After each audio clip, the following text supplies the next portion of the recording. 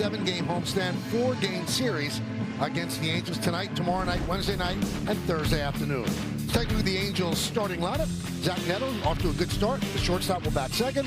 Mike Trout in center field will hit in the second spot. Nolan Schanuel hits third. Then the middle third of the order, Soler, Moncada, and Adele. Bottom third of the order, Lowe, O'Hoppe, and Adam Frazier play second base, and he's going to bat ninth. And they are going to face Will Warren. This will be his fourth start. 1-0 count, 3.07 ERA, 14 strikeouts in 14 and 2/3 innings. Let's check out the Nissan Picture Scatter Report. Well, he's home again, third consecutive start in the Bronx, and that's a good thing. A 3.50 ERA career in Yankee Stadium and 5.3 ERA on the road. Left out, talking about the right-handed hitters, 4 lefties in the lineup because of his splits over his career. Lefties have much more success than the righties, and good and bad. This is crazy, Michael. 2024, career 8 runs he allowed to the Angels. But he had to start last year, career high 11 strikeouts in 6 innings. So maybe he was a quick learner. Here's the Yankee defense, brought to you by your local Tri-State Genesis retailers, Grichuk, Bellinger, and Judge. In the outfield, left to right. Infield, Rosario, Caballero, Chisholm, and Goldschmidt. That's third to first. Austin Wells behind the plate, and Giancarlo Stanton, the DH. Neto, he's ready. Warren's ready. And let's do it in the Bronx. Swung on and missed, and we're underway. Ryan Addington is the home plate ump. Ryan Wills at first. Lance Barksdale at second, and Will Little is over at third. 1-1. Angels come in at 8-8, and the Yankees are 8-7. A lot of times these players, because they're on the West Coast and because of their times, you don't really get a lot to look at. And Neto is a solid player. Really good year last year with 26 home runs and 26 stolen bases. He's only 25 years old, so you're going to see him in an Angels uniform for a lot of years to come.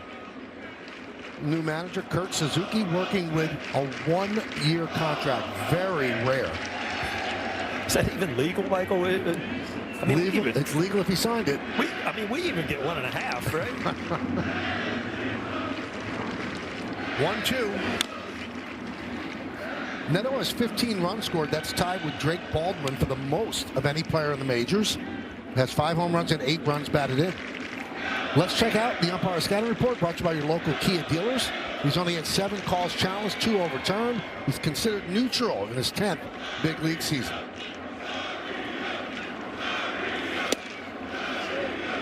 Two and 2.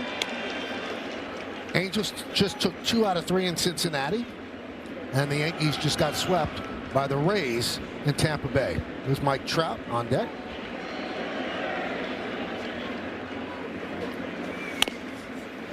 Nub foul.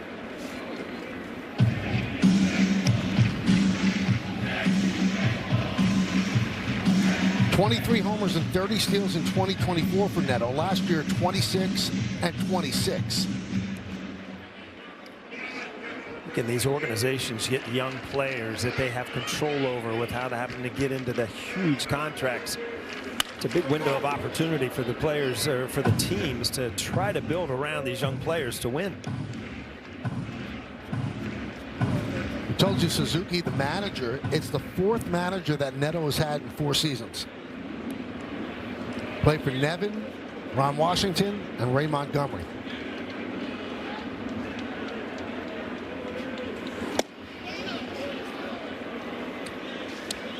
The Angels have not made the playoffs in 12 straight years. This one was close. He was down, if anything, because that ball had a lot of the plate.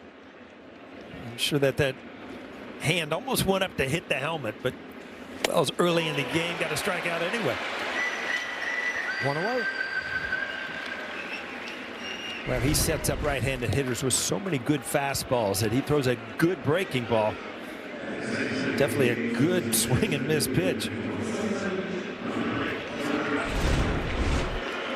Here's Mike Trout from Millville, New Jersey. 16th big league season. Paul, where's the time gone? He's 34 years old. He's going to turn 35 on August 7th. Yeah, it really is amazing. When I mean, that stat just kind of stuck at me today. I'm like, 16 years, really?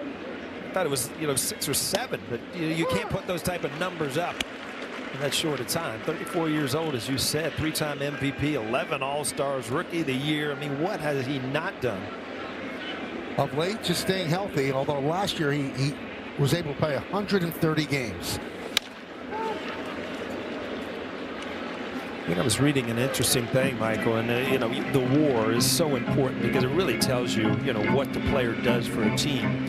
And among center fielders, lifetime center fielders, he is 5th, only below Willie Mays, Ty Cobb, Tris Speaker, and Mickey Mantle, ahead of DiMaggio. I mean, it's amazing the type of things he's done on the field. Now you look at his batting average, and you go 208, go home. But he has 15 walks, so his on-base percentage is 400.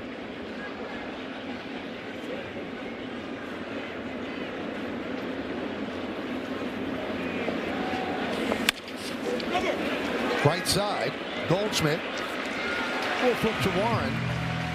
2 outs. Mike Trout, good speed, but when you get jammed as a hitter, you end up like on your back foot and you can't get out of the box. This ball gets way in on him, so you kind of get a late break, which really helps Warren. He goes over for an easy flip from Goldschmidt.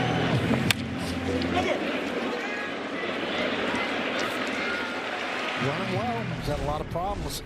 We mentioned injury-wise, left knee problem last year, but looked like he was running well. Here's Nolan Shonowell. 4th big league season for him. He's 24 years old. Fouled away. High contact hitter, low chase rate, Paul. Yeah, for a first baseman, I mean, you expect big power numbers. He's not that type of hitter. He'll hit you 10 or 12 a year, but good on base percentage, lifetime over 350.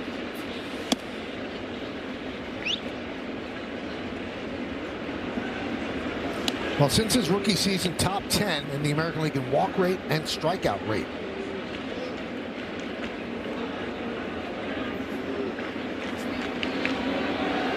The 1-1. 1-2. And it's a challenge. So it's called the strike, and Shonowell challenges. ABS powered by T-Mobile. And he was right. So overturned. Now, Paul, you know the value of it being 1-2 or 2-1. It's amazing how, cool this new system is, where players, you have to really decide, obviously, when's a good time or not, but, you don't want to lose all your challenges, but it gives you an opportunity as a fan sitting at home to see how players know the strike zone. I mean, most of these pitchers are just missing by half an inch or so. And I know you would hate to say this, but I think it shows how good the umpires are, because even when it's overturned, sometimes it's by 1/10 of an inch. Well, what I really like about it is it takes away the dislike for the umpire or the player. It's human nature. You don't like a guy, you're going to have every opportunity to take a strike away. Easy fly ball, easy first. Go bat third and play center field. Then it's Stanton, Rosario, and Chisholm. And Randall Grichuk, still looking for his first hit this year, has good numbers against Kikuchi, Caballero, and Wells. And they will be facing the lefty Kikuchi. 3 starts, 0-2, 6.75, more than a strikeout per inning. But let's go deeper under the hood. We'll check out the Nissan pitcher scouting report. Well, you say Kikuchi, career numbers, he's been very good against the Yankees. 16 career games, 3.27 ERA, so he has had some success against the Bombers. He mixes it well, fastball, slider, change, and a cutter, and he uses all of them about 20-25% of the time, and you got to get it right. Career has been very tough on lefties. Righties much higher at 270, but much more power against the righties. And there's a strike to Goldschmidt. Comes to that point, Michael, the Yankees have stacked the lineup tonight. Ben Rice not playing, 6 righties against Kikuchi in the lineup. Ben Rice not playing, McMahon not playing, Grisham not playing. But they're all waiting to come off the bench.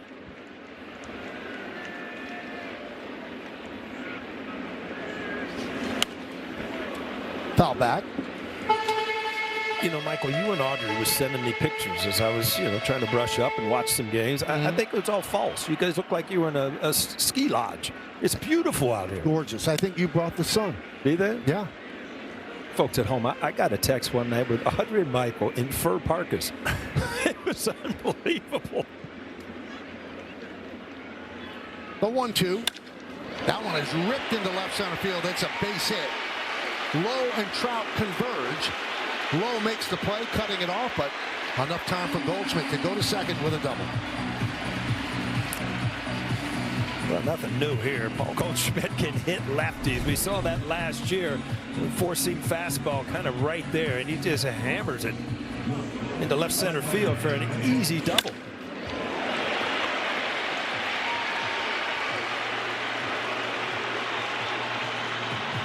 We're looking back, there was nothing better than coming back to a homestand, base hit your first time up, you're setting yourself up for a good night. Here's Judge. Way high, all the way to the backstop, got right back to O'Hoppe, but he mishandled it. He might have had a play on Goldschmidt if he fielded it cleanly. Yeah, I was just going to say that ball came back so quick, and Goldschmidt was being sure that it got to the screen. If he comes up with this immediately and fires to third base, there's a play.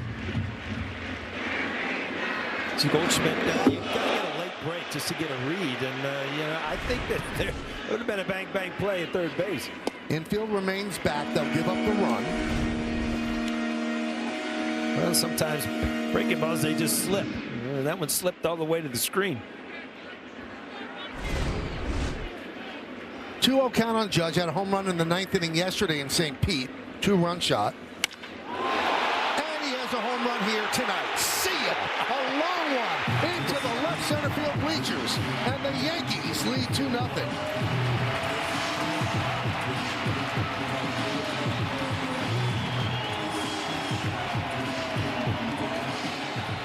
Goodness, Michael, did you see where that ball went? You have an abbreviated home run call now because that thing was out of here before you could get a C out. In a hurry. Well, back-to-back good bats for Aaron Judge. 9th inning yesterday, 1st inning today.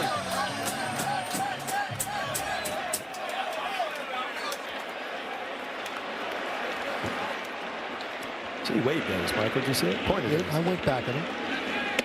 He wanted a high five. 5 home runs now, 11 runs batted in for Judge. And he just tied his teammate Paul Goldschmidt. They both have 373 career home runs.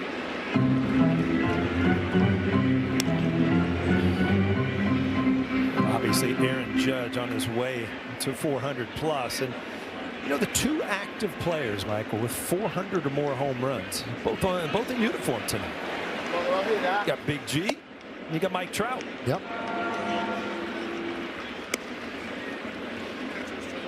And it's another challenge, powered by T-Mobile. So O'Hoppe having a good bottom of the 1st inning.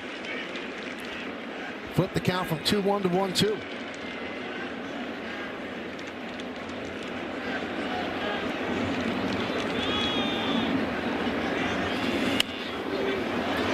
Foul away. Well, split fingered, it just kind of hangs there, nothing there, but all of a sudden, yeah, that baseball said ouch, and you knew where it was heading. 456 feet. And it was 116 off the bat.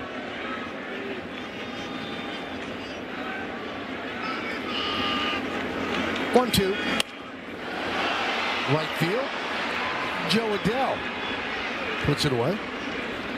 Let's check out the Angels defense, brought to you by your local Tri-State Genesis retailers. Let's focus on Joe Adele. He had a game the other day. He robbed 3 home runs on April 4th against the Mariners. That's the Car Shield defensive player profile. Most in a major league game since tracking began in 2004. You know, the weird thing about that, I mean, an unbelievable game. If you watch the highlights, especially the last catch was sick down in the right field line. But to have that opportunity 3 times in a game for a player is amazing. But he made all 3 of them. And it was a 1-0 game. Now, we say since tracking began, Jason Stark of The Athletic, who does this stuff so well, went on a search. No one could recall anyone ever making 3 home run robbing grabs in one game.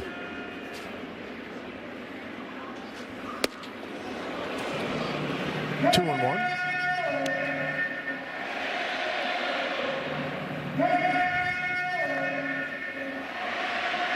Hey, looking back at Aaron Judge's home run, after Goldschmidt leads off with a double, you've got a base open, and you would think Kikuchi would be a little more careful to Aaron Judge. He just hung a split finger there, and obviously, boom, 2-0 down early.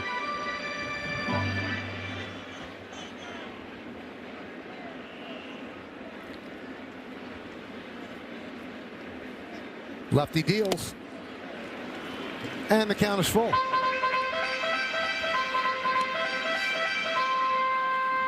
Kikuchi, 34 years old, 8th big league season. Last couple of starts, each start he allowed 4 runs or more. You know, it's amazing. You saw that ball in the dirt, and as a hitter in the old days, you would, tell the umpire, check it, check it. You don't even have to do that now. It's automatically every single ball that touches the dirt or the grass is thrown out of the game. Stanton strikes out. Let's take a look at the Adele catches. And these are legitimate. Those are home runs. No doubt about it. This looks like a replay here, but, back to back, you start to see some emotion. But this play right here, Michael, on the run, up into the stands. What a play. Who knows if he caught it, but he came up with the ball in his glove, right?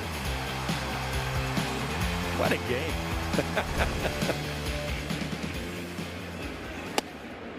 Now, this has been discussed because of that last play, so let me throw it at you. Should that be an out? He caught it and fell into the stands. He never had his feet on the ground when he caught it. It's funny. I actually was watching the replay, and my son-in-law, I was at Allie, my daughter's house. He asked me the same thing. And if the ball is caught in, while you're still on the field right there, but then your momentum takes you into the stands, I think it should be an out. And that's the rule. It's an out. But if I wonder you jump into the stands and try to pull it back, but you need a little camera there to see if that thing ever left his glove when he hit the bleachers. The 0-2. Oh, base hit for Rosario. He's had a good start of the season for the Yanks. He can hit lefties. Yeah, he's had some good at-bats so far for the Yankees. He's earned some extra time, obviously, because the Yankees struggling offensively, but he's going to get plenty of at-bats against lefties because in his career, this is what he can do for you.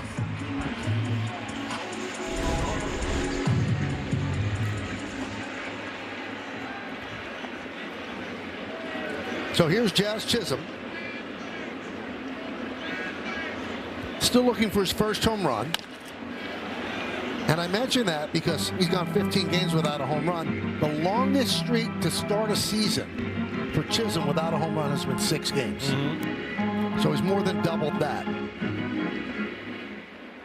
I think Jazz is very proud of his home run numbers, and this would probably eat at him to try to get that first one out of the way, and then it kind of compounds itself because you start pulling off, you start trying to hit home runs, and that can hurt.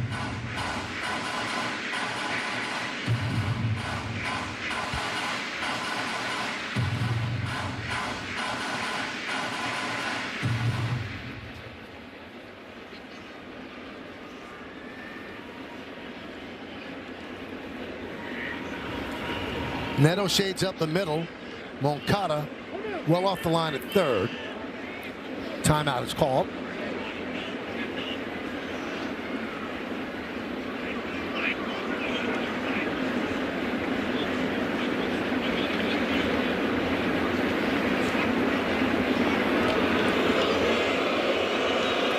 Chasing Rosario back. I always remember the first base coach, right when you'd go back on a move like, he's got a better one. He's got a better one. And you're thinking in your mind, I know he's got a better one. Obviously, that wasn't his best move. And one more thing to say about Adele. The glove that he made those catches with is going to Cooperstown.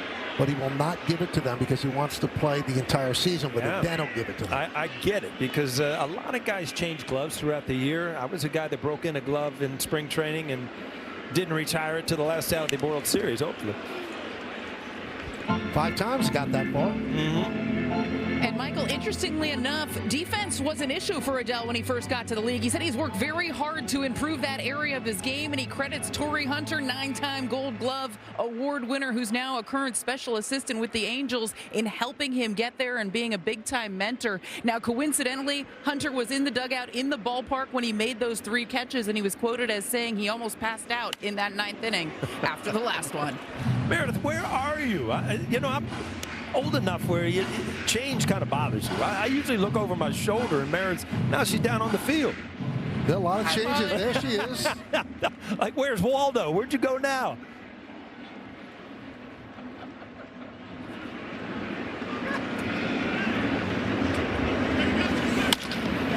Ground ball.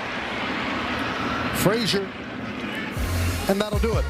But the Yankees get 2 runs on 3 hits. The big hit, that one. 456 feet into the left field bleachers. Selected player hits a home run. Here are the featured home run odds for today's players. Randall Grichuk and Giancarlo Stanton. Randall plus 420.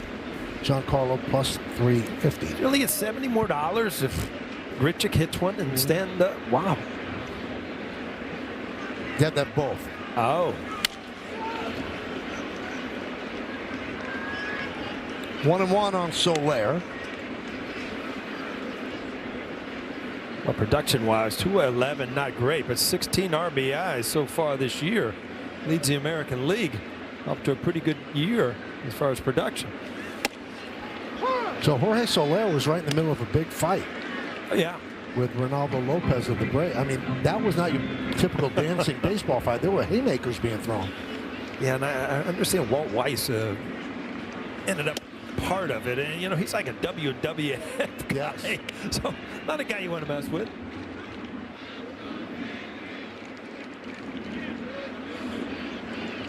Joe Girardi told me Walt Weiss, one of the best teammates he ever had. Yeah. You can go down year after year, and there's just certain guys that you connect with, certain guys that understand you, you understand them. But the weird thing is, after the season's over, you don't talk to him for another 4 months, but then you get right back at it, and you take a look here. He didn't like it, and then he wants to tell him how much he didn't like it. Let's go. Haymakers.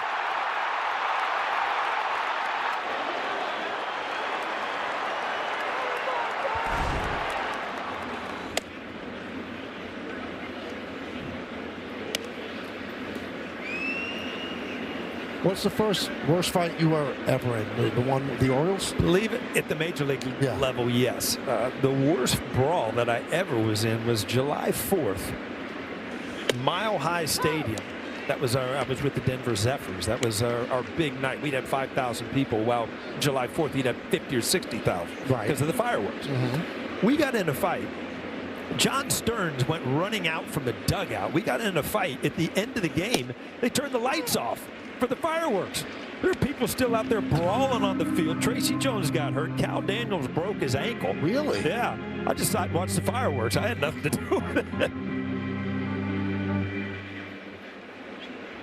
They were both suspended 7 games for that fight, but they're appealing. Now, the best fight that wasn't on the field, though, was Dibble against Pinella. Yeah, I witnessed that one, too, with the towel on. Since Sabo came in, I'm in the shower. You got to get out here. Look at this. And I run out in the towel and lose at the bottom of the locker with Dibble on top of him, beating him up. 2-2 on Yoan Moncada. Things happen throughout the course of a year, Michael. You know that? Course of a career. You've seen it all. We just keep watching baseball, Michael. We just change chairs. By the way, you changed my chair. I'm on the wrong side. I thought that would be difficult for you because for 24 years you sat on my left. Yes. And now it's on my right. And you were a little discombobulated. It took me a while to go from the dugout to the booth. Now you got me on the right side of the booth. I don't think I can cover the outside corner from this angle. Strike 3. Moncada down looking, and he's challenging. This ball looked like it came back and got plate. ABS powered by T-Mobile. Well, he fails in the The challenge. call is correct. The Angels have one challenge remaining. How long is it going to be before the umpire steps out? Yep, that call was correct. Did you I hear was me? just thinking they should be allowed to celebrate. Here's your challenge.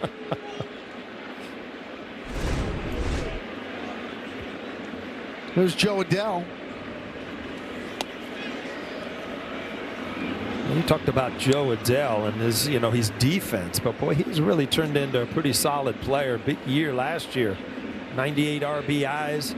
Another guy that his 7th season, but he's only 27 years old. First round draft pick in 2017. Yeah, 37 home runs and 98 RBIs last year. So if you can build on that and add your defense, you're looking at an all-star caliber player. So you're telling me, Paul, that when Adele's not rolling in the deep in the outfield, he's hit. Oh, it didn't take long before he threw something out there. Huh? Hello. 1-2. Upstairs.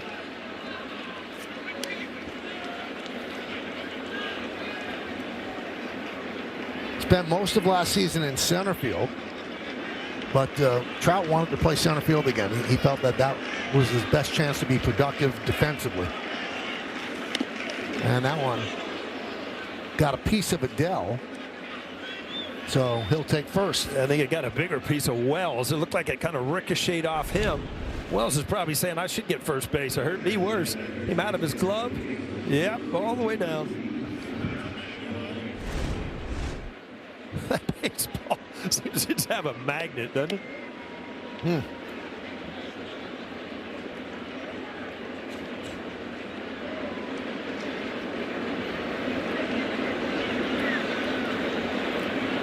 Here's Josh Lowe.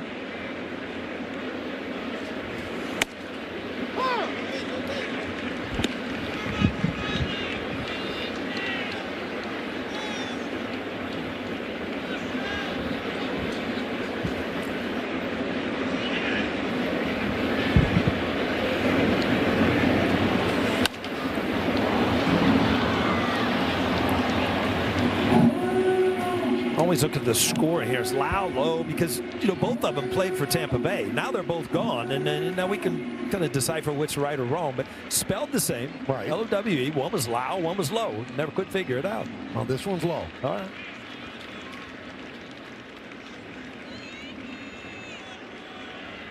The 0-2. Grabbed there on the glove side by Jazz Chisholm, and that'll do it. Angels strand one. And that's not even counting the MVPs that are going to be on the field. Make it 9 if you include Cody Bellinger, 3 apiece for Trout and Judge. You got Goldschmidt and Stanton as well. Paul, how do you wrap your head around all of that? Well, you look and just kind of enjoy it from the booth, because you realize that some people are just better than others, and the guys you were mentioned are better than the others, and they've had unbelievable careers. Meredith cooking up something special with Hexclad. Join the hybrid revolution at hexclad.com. Randall Grichuk still looking for his first hit, fouls it back. He is 0 for 12 to start the season. Robbed of a base hit yesterday. Diving stop up the middle. And that was by Palacios. Made a great play.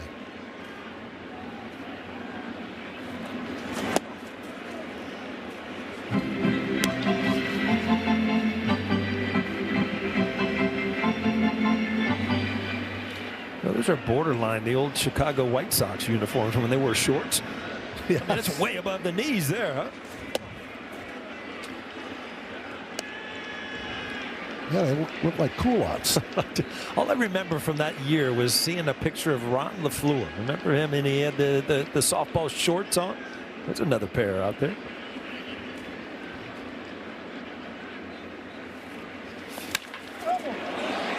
Rip just foul.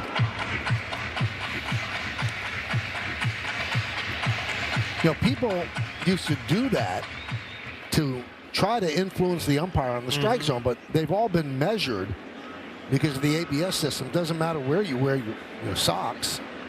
A strike is a strike.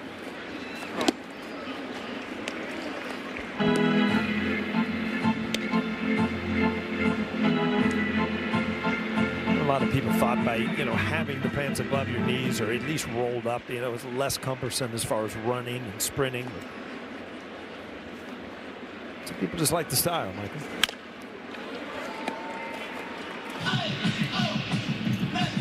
You didn't wear them that high, right? No, Down by the ankles. I wore my socks high because we had to in Cincinnati, because we had to show a certain amount of the red stockings. But then, the pants got long and you almost got back. The stirrups went out and then you started wearing soccer socks underneath that were, much more comfortable. So Grichuk works a walk. He's on. And that brings up Caballero.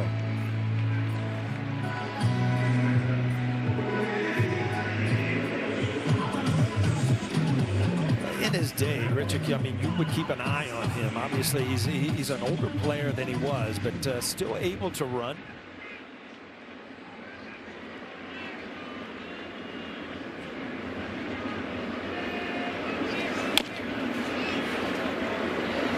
Fouled that one off his foot. Ouch.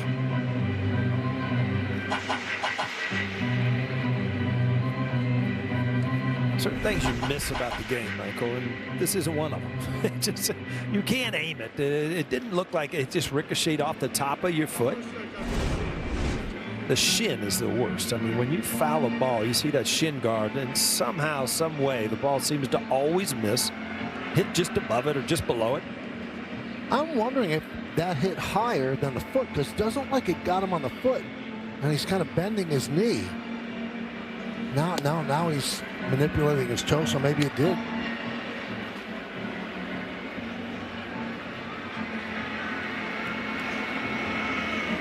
I'd say if he got a toe there, Michael, it's that's one of those things that toenail will hurt for the rest of the season. Let's take a closer look here. It just looked like it hit the outside. Yeah. Right where your bunion would be, Michael. Huh? Doesn't look like it hit the toe.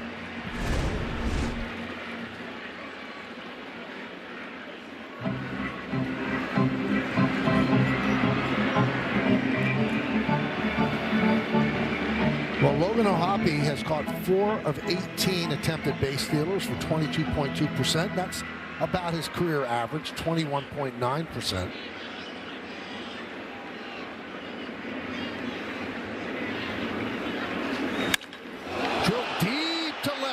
That ball is gone. A bullet into the lower deck. A 2-run home run, and the Yankees lead 4-0.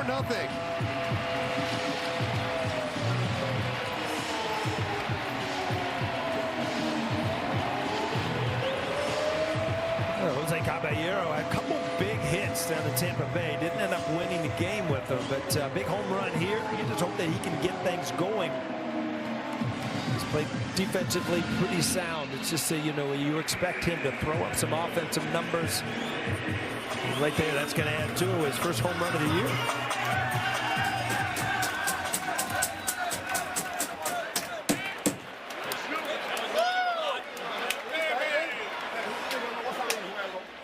Here's Austin Wells.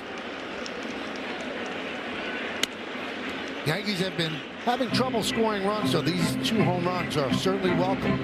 And as we went over the pitching, the right-handers have had much more success with power numbers over Kikuchi's career, and you see it so far. Lefty's not done much. Goldschmidt with a hard hit, Judge with a 2-run homer, and this is the same pitch Aaron Judge hit. Just a hanging split finger right there over the middle of the plate.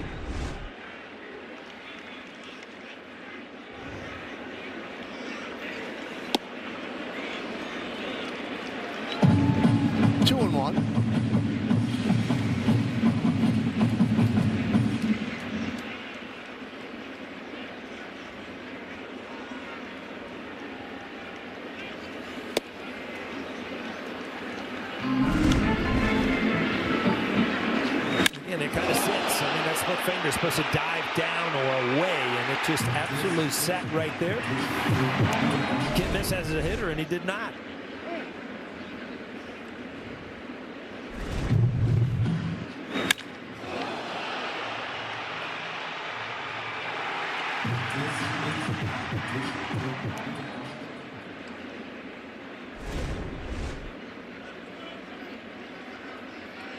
The 2-2. 3-2 on Austin Wells. Well, Michael, we came back to New York, and you came back to New York. I came up from Florida, and we're here all night to make the world right here. Now, the Yankees have lost 5 in a row, and then they're off to a good start here. And they turn to you. Yeah.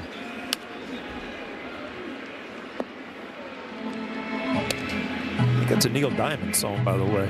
We're here all night to make the world right. Where'd that come? I think it's Cracklin' Rosie. How's that for you? Wow.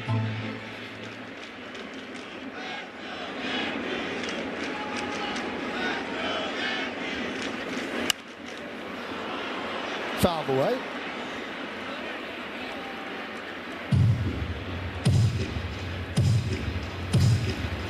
Wells had his first home run of the year in the Rays series. That was his only hit in the series, 1 for 9.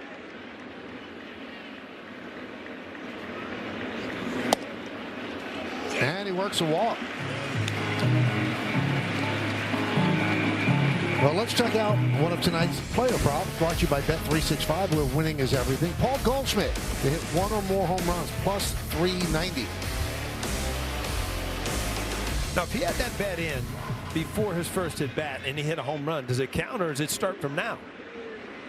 It counts. Oh, okay. Yeah. Because he waffled a double already. Just missed. Drops a changeup in for a strike. It's going to take, I would assume, some getting used to for Goldschmidt. His playing time is not going to be what it has been for most of his career. Because in a usual year, starters that face you that are left-handed might be 25%. And there's been some games where a lefty started where he has not played, because Ben Rice, the everyday first baseman. So it's going to be a little bit of an adjustment for Goldschmidt to stay ready and come off the bench. But this is where you have to realize where you are in your career. And we've gone over it. Here's a Hall of Fame type player who at this time of his career has got to be satisfied with the playing time that he gets. And he has not complained. He hasn't said a word. And obviously Ben Rice's start, the way he's hitting the ball, is affected Goldschmidt in the sense that Rice has got to be in the lineup for the most part. Swing and a miss. Goldschmidt for the first down.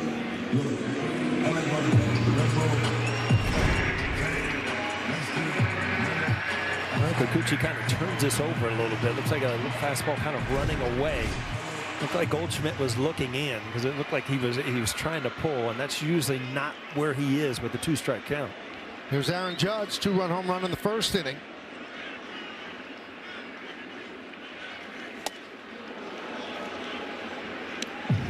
Oh, and 1. Well, it's been off speed. He hit the split finger up in the strike zone for a 2-run homer, and there starts him off with a changeup, which you get that movement down and away. Much different pitch.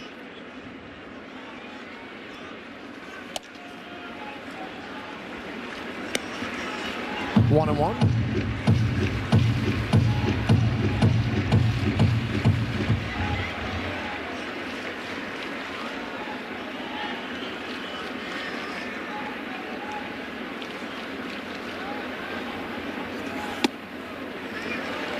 Two and 1 on Judge.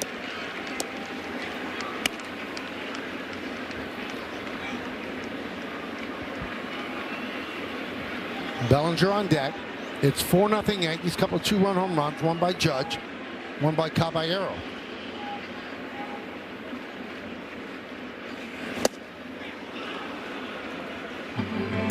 Check out Judge's 5 home runs this year and the exit velocity presented by Spectrum. 109.1, 102.1, 101.2, 108.9, 116.2. The one tonight is the only one that's not on a radio station. Yeah, exactly.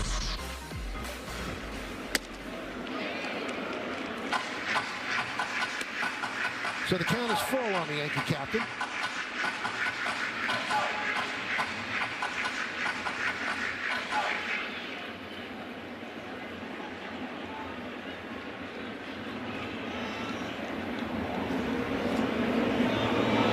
Just steps off the rubber to chase Wells back.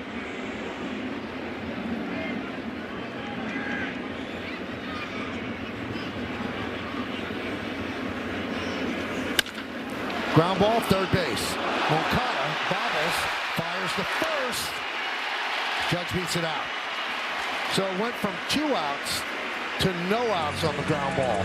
And it'll be an E5. Yeah, Moncada not having a great year defensively. Actually, the Angels, top of the league is in errors, just not being able to catch the ball. We talked about Adele and his unbelievable defensive game, but the rest of the team really hasn't followed his lead.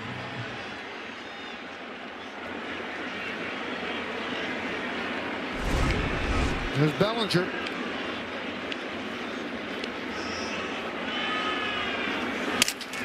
That one is looped to second base. Frazier's there to make the play. Out number 2. Well, one of the reasons Cody Bellinger hits lefties so well is he's got some firewood right there, is because he'll stay in and not afraid to get jammed. This is a little cutter that just kind of stayed right there. And you see Bellinger you lose the weight of the bat when you crack it that much, and you kind of wonder where in the world the ball went. You have no clue. The only clue you have, Michael, when you take that bat back, you know you're not using it again.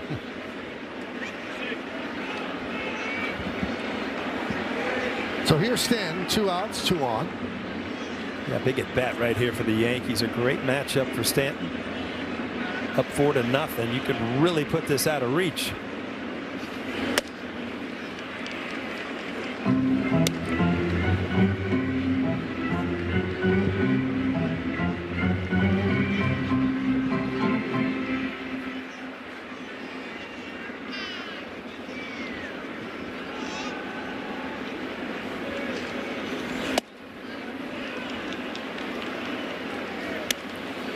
And a challenge by the catcher. catcher's challenging pitch. Powered by T-Mobile. I'm going to say low, Michael. You'd be right. The call is You'd be correct. wrong. The Angels have no challenge remaining. Good look at that one. It's just the other side of the plate I'm struggling with. Well, that's it. No more challenges for the Angels. Second inning, too, huh? I think teams are still figuring it out. When to use it, who should use it.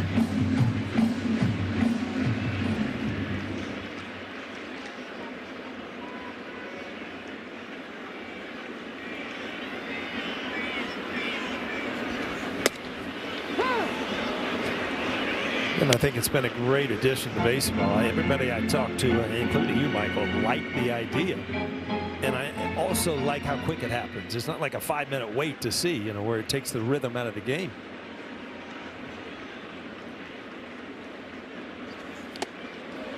And there's ball 4. I'm going to do a little quiz for you, Paul. All right. So they show that up on the board. No challenges left. Next to it, right, on the board, is MVR. Right. Tell me what MVR means. Mound visits, and they've never been to a, I've been studying, Michael. You know what? Wow. It was my first day of school today, and you're giving me tests already? Wow. No, I'm not Mound into this. visits remaining. You nailed it. Thanks, Audrey. Mike Maddox. He's talking over things with Kikuchi. Hey, score big on authentic gear at MLBshop.com. From official jerseys and memorabilia to hats and hoodies, we've got the season covered. Visit MLBshop.com/Yankees, the official source for your Yankees gear.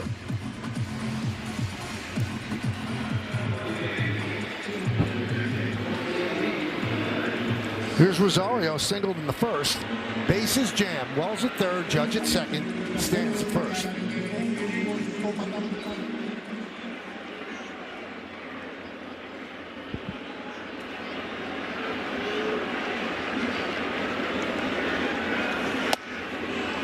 And a strike.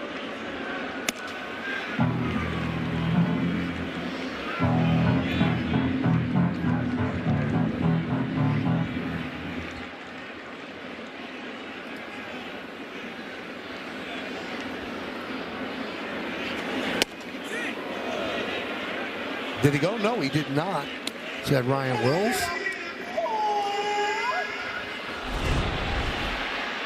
Well, again, you just feel like for the Angels to be anything involved in this game, this at bat is going to mean a lot.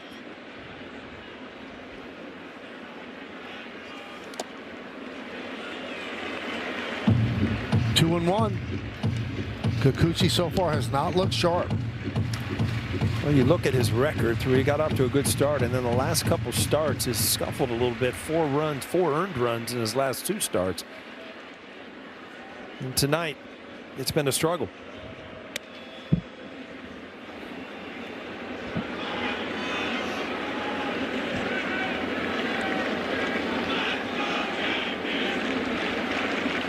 The 2-1. Powell back to the screen, 2-2.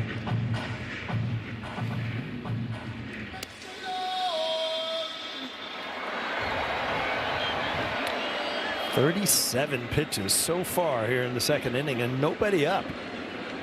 I think somebody's just starting to get loose now. Yeah, out in the bullpen.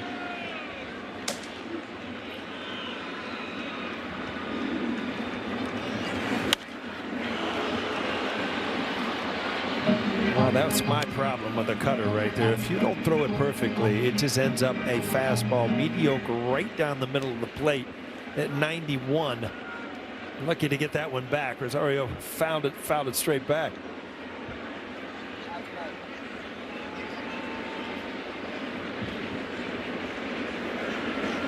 Two. Driven into center field and deep. Trout back, still back. He has room, and he makes the play for the final out as the Yankees leave the bases loaded.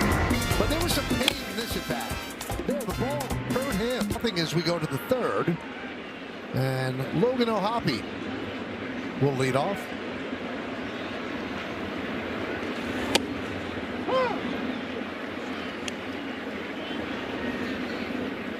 O'Hoppe from Sayville, New York, on the island.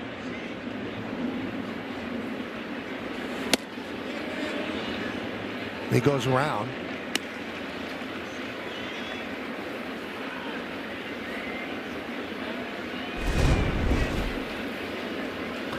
Yeah, by bringing those hands in, it really brought the barrel of the bat way in front of the plate.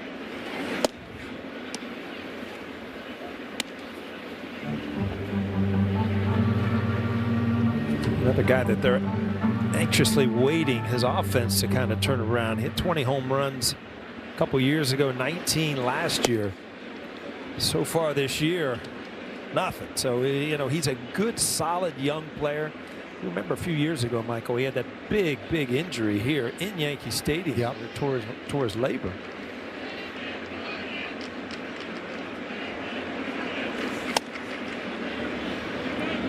And Michael, his parents are in attendance, his girlfriend, as well as some other friends. You mentioned Long Island native. I spoke to him last time he was here at Yankee Stadium, and he said it is still surreal to him. It will always be surreal to him that he is in uniform playing here at Yankee Stadium, the very place where he used to come and watch games as a kid. And he grounds out the short. And Michael, he actually had a pretty big moment, well, as a kid, a big moment here at Yankee Stadium. Back on April 6, 2018, he was in the outfield. He caught a Manny Machado home run, and he did what anyone in the Bronx would do, and that is throw it right back on the field. That's a young Logan O'Hoppe right there in the stands. And you could tell he had an arm. He got a Yankee jersey on, too. He was a Yankees fan, big time. Well, let me tell you, I mean, you throw the ball back if you're a Yankee fan. That was some catch. I was going to say, it's pretty good practice right there. He could have been an outfielder. Well, guys, when I asked him about it, he said, if you don't throw that back immediately, you are going to be booed out of the stadium. And the last thing I want to be is booed out of Yankee Stadium. Watch this catch. Yeah, that's full extension. Bare hand, too. No glove. One leg in the air. You know what you got to do, Mike? You got to come to the game with a little cheap plastic one in your pocket. And if you catch a real one, then you just chuck the plastic one back.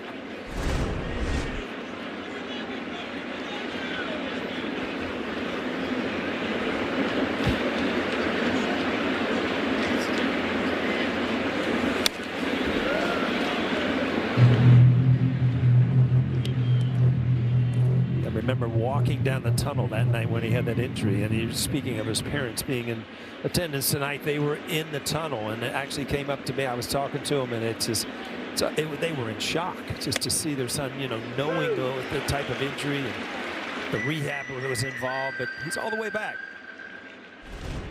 A good two-seamer here. Watch the movement at the end, and it just comes back as a left-handed hitter. You kind of give up on it. We've said it numerous times. You know, if you could throw a breaking ball in off the plate and then in the same area throw a two-seamer back, you kind of have the hitter in between, and that's basically what took Greg Maddux to the Hall of Fame, the ability to do that. Neto goes down from the foul ball. 4 strikeouts for Will Warren.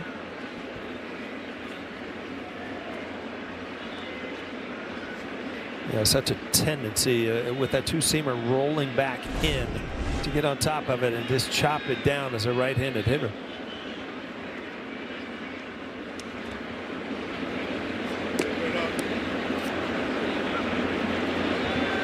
Now, pitchers have a mean streak. When they get a foul ball like that, they come right back in. Exactly, because as a hitter, you don't want to do the same thing. So you have a tendency to kind of lay off that pitch. 0-2. Now that one right there is the one that would frustrate me as a player. Is, you know, should I challenge this, because it's a breaking ball that comes around the plate. You never know if it really got back to the inside corner. Well, the option to challenge has been lost by the Angels. And that one looks like it got Wells.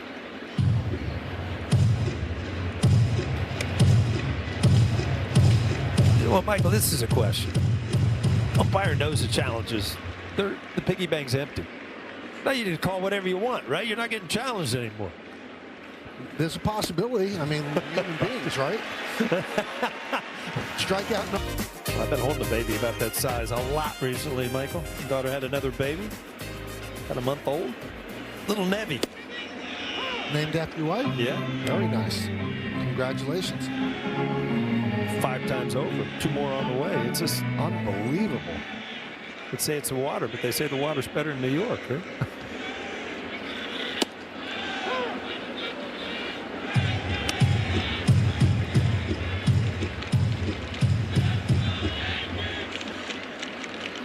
Better being a grandparent or a parent? Well, a parent, you have a lot of responsibility. Grandparents, you just get to love them, have some fun, and then, you know, hand them back and go home, yeah. right?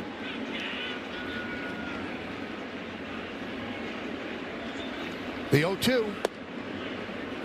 1-2 on the Jazz. Chisholm, Grichuk, and Caballero here in the bottom of the 3rd against Kikuchi.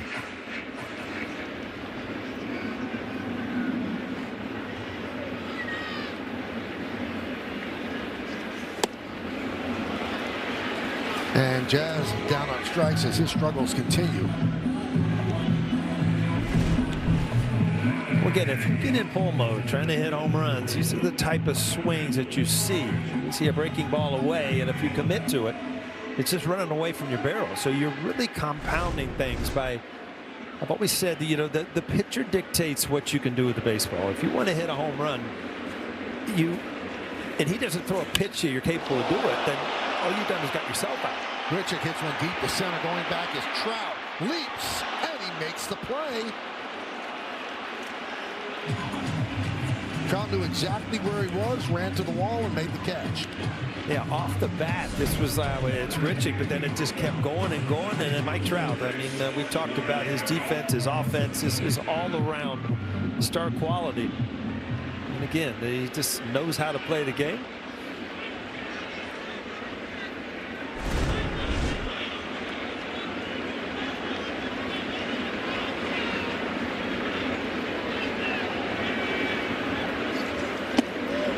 You know, it's amazing when you look back, what, at 2000, was it 16 or 18 when Ohtani was there? 18, I think. 2018, he was there for 5 or 6 years, and you just thought, you know, here are 2 of the best. This whole franchise is just going to thrive now, and then it's gone. It's over. So you do have these windows of opportunity as an organization. If it doesn't work, it's gone. And with those 2 guys, they still did. Yeah.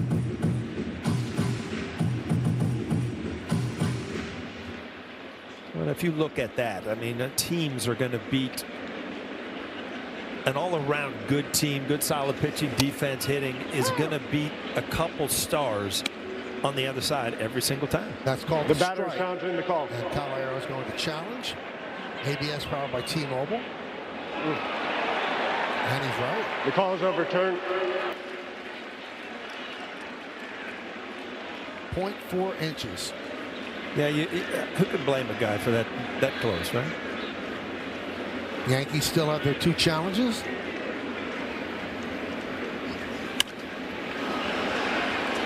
Behind the plate. Hoppy gives it a look. Runs out of room.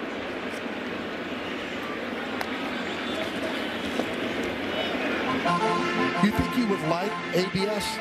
I certainly would, and I was kind of mentioning it first inning when we went to break. Is it takes away the the animosity of the umpire or the player. If a guy's I'm fighting with the guy, like you said, he's human. He's going to call a pitch against me, and if I don't like him, he doesn't like me. Then it takes that away. There's a plate up there for a reason, and if you have the ability to challenge, at least you're getting a fair deal up there. Adele runs it down. We go to the 4th inning.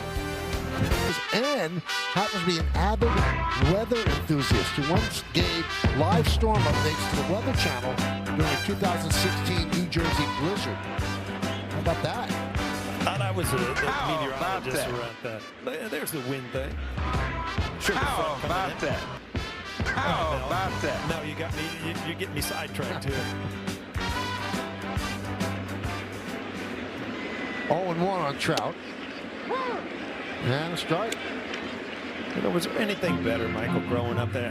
We had Saturday morning cartoons, and then This Week in Baseball with Mel Allen. Oh yeah. I mean, what a great way to start the weekend, huh?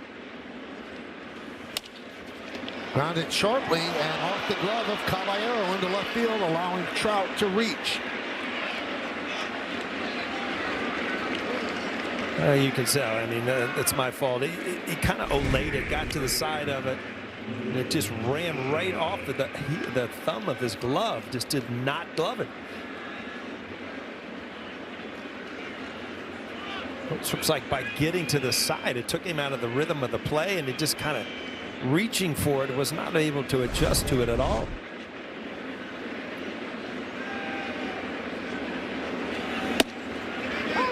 Our very own Jack Curry sat down with Mike Trout today, and that interview was on one of the pregame shows on Yes.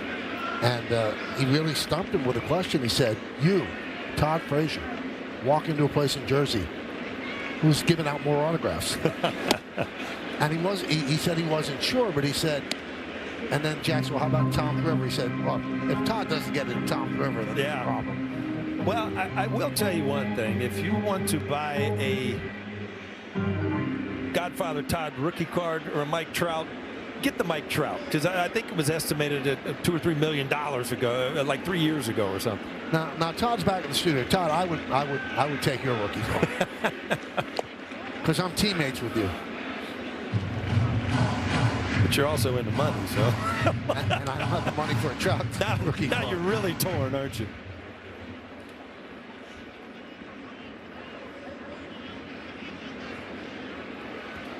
One and two on Shonowell.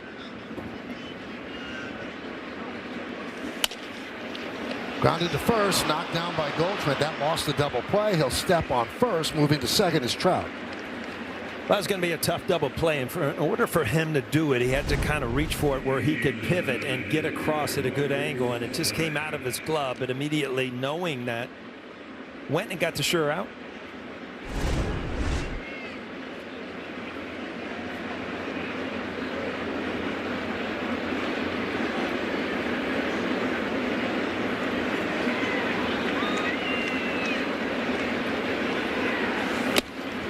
So I just got a very interesting text from Todd Frazier. Yeah. He said, "Tell Paul to go kick rocks." What do I get for that?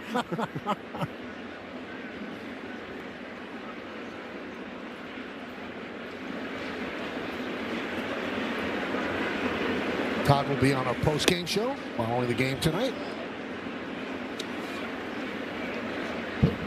Tell you what, if I'm going to the Little League World Series, I'm taking Todd Frazier. How's that? Huh? The winner. Did we just kiss and make up? Yeah, there you go. I'm going to the home run derby too in Cincy. Yeah, I was there for that. That was impressive. And with his brother throwing. Pretty cool.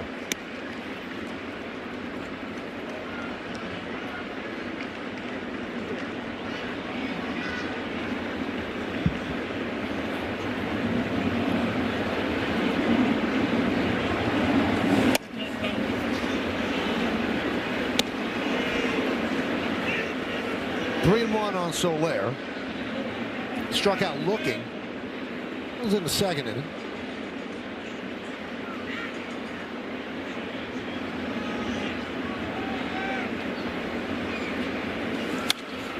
Foul away.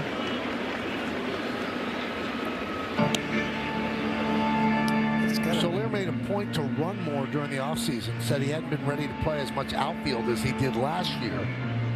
And he expects to play outfield this year. Today he's the DH, but he ran during the offseason. And when you remember his biggest years, he had 48 home runs in 2019 with Kansas City. You see that type of swing. He's got power, but you know, he was a corner outfielder, and with Atlanta also. I mean, he's had some great years. He was traded to Atlanta from Kansas City and ended up being the World Series MVP in 2021. He had 14 homers in 55 games to finish the season, and then hit 3 homers in 6 games to win the World Series MVP.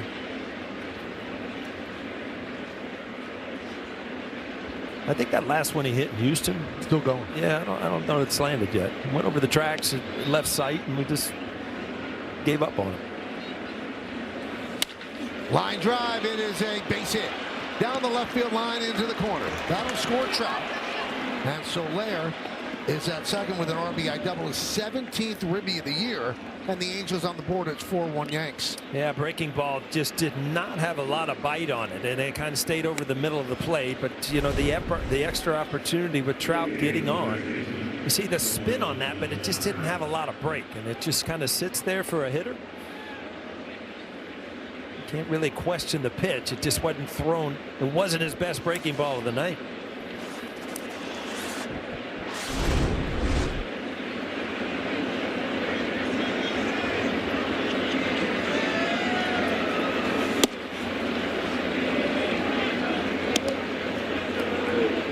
One and 0.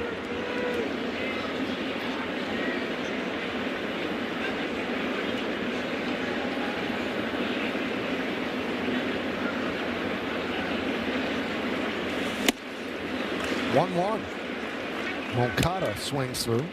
You know, that's such a cool ability that Warren has. You see 93, 94, but a lot of swing and misses on the fastball. It's just the life of it, the movement of it, kind of his arm angle, all comes together with the ability to throw fastballs time and time again and get away with it.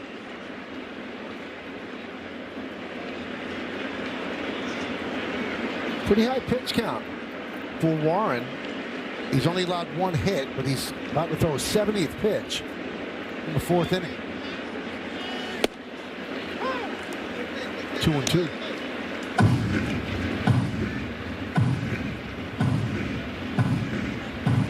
He has been sharp. He did make the one mistake with the breaking ball this inning, but other than that, he's had control of all of his pitches. So it's amazing to me that his pitch count would be that high. And that's a pitch right there I think is going to make or break him as far as getting lefties out. And that is just a great changeup. Watch the movement at the end. You see the circle change, and then it just dives down and away. You saw Kikuchi earlier kind of hang those breaking balls.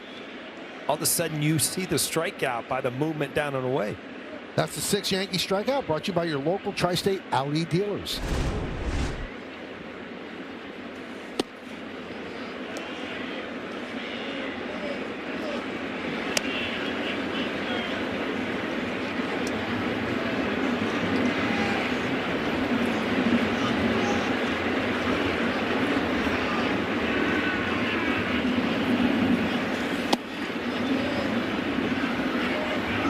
What a beautiful night for baseball here in the Bronx. I was driving around today. It's just like the earth just ready to just blow up. The daffodils are out, the weeping willows, the forsythia, everything out there. What was the last one? Forsythia. You don't know the yellow flowers out there? I didn't know that was the name. I called it the yellow flowers. Absolutely. I don't take you for a botanist. No, I just know a couple. I had a few of those in the backyard. Looked them up on ChatGPT when I was 5, right? Well, that was an early version of ChatGPT. I was a little ahead of my time. 2-1. 2-2.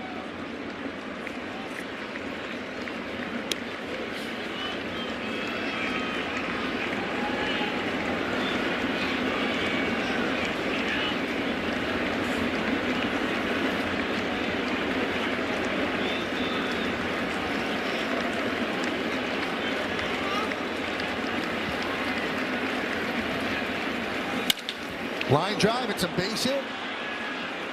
Soler will score. RBI single for Adele. And now the Yankee lead is 2 runs, 4-2. We just talked about how he gets away with being able to challenge people with fastballs, but not here. Adele just hammers this one. 4-seam fastball. Just squared up and hit up the middle. And again, if you break the inning down, there was an easy out to start it. It was not made. Now the Angels right back in the game.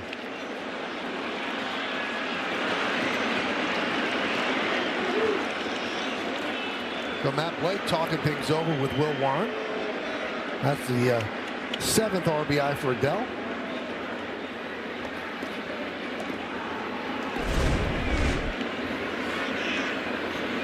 So coasting along, and then the gate opened just a little bit with the E6.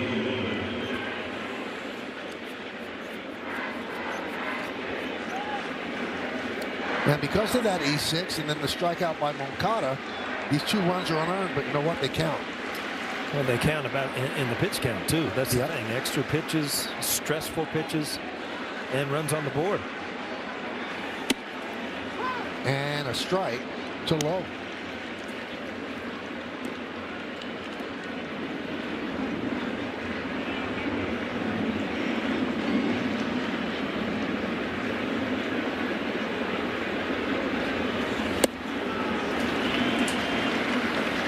Again, you talk about the splits and against the righties and the lefties. That is going to really give him the ability to get outs against lefties if he can continue to throw that changeup down and away, breaking ball in off the plate, and show him the fastball.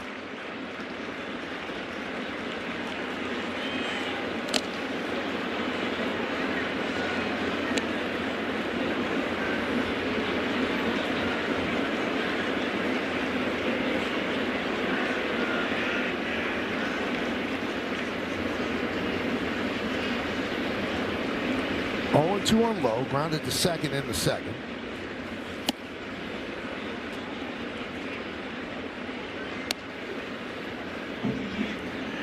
About to throw his 80th pitch. Yeah, looking at the bullpen on the way to the ballpark. I mean, obviously with 80 pitches here in the 4th inning, you're going to be in the bullpen, and the Yankees in pretty good shape. There's 3 consecutive changeups, and in the hitter's mind, he can't throw another one. He can't throw another one. They did, and that's why backing up pitches is so important for pitchers. This is the 7th straight game of 13 straight without an off day for the Yanks. So they've gone to the bullpen a lot. 1-2. They're really making Warren throw strikes. Well, we're at 4 and counting now. That's 4 consecutive changeups to a left-handed hitter. Looking for a big out here with 2.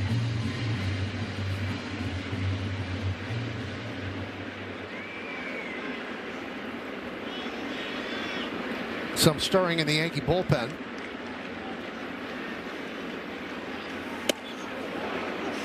Two and two.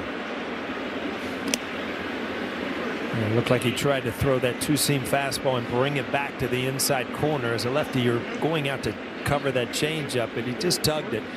Got it way inside. You see Cruz getting loose out there.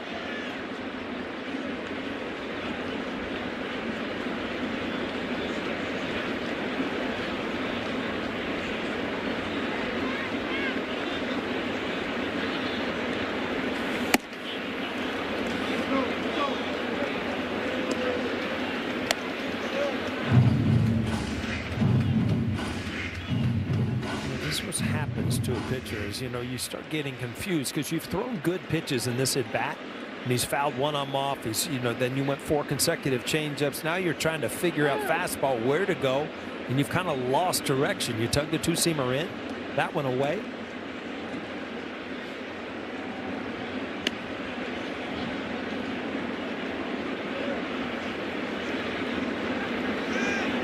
Adele will go from first. Goldschmidt backs up. 3-2. Popped up. Rosario in foul territory, but in the seats.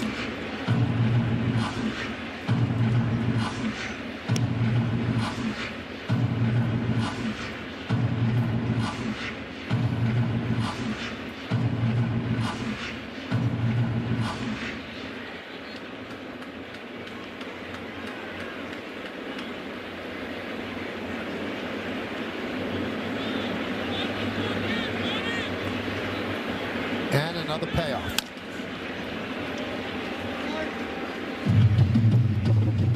You're talking about an at-bat that just wears out a pitcher. He probably figures this might be my last inning, but how do I get out of this? I've shown him everything I have. Next pitch is going to be the 10th pitch of this at-bat and the 34th pitch of the inning. Yeah, that's pretty demanding for a starter. Another foul ball. Again, Rosario gives it a look. 3 rows back, maybe 4.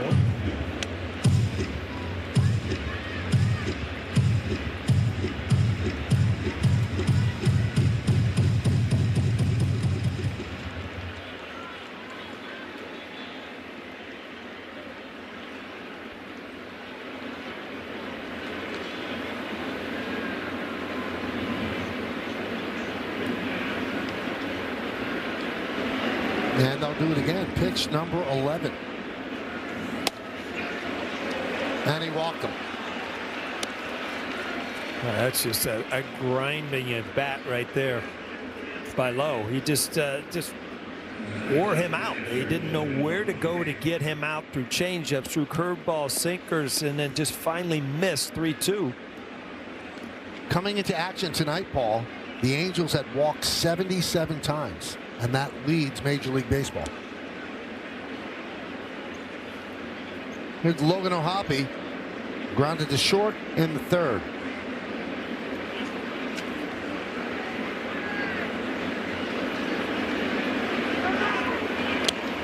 No one was covering. No one feels worse about this inning than Caballero. We don't know how the inning was going to progress, but an easy out with Mike Trout, and you should be out, with 1 out in your pocket, and that wasn't the case. And a strike.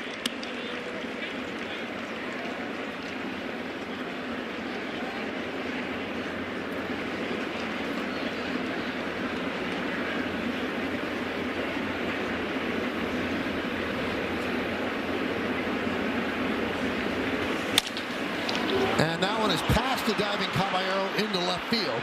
Adele's trying to score. The throw is not in time. RBI single for O'Hoppe. And now the Yankees are up 4-3. Again, these have been some good at-bats and some hard-hit balls for the Angels.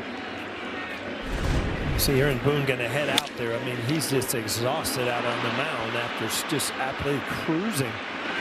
His 4th inning was really bit him.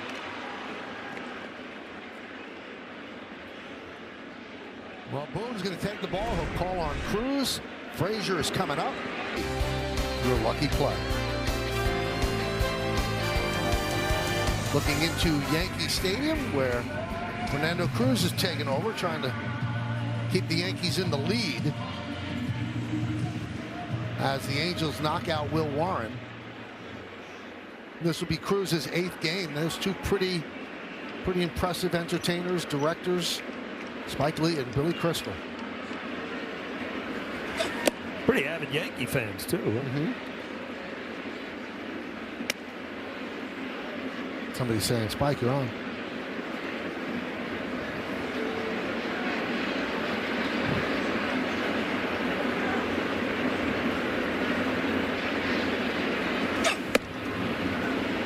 And the 2-0 now.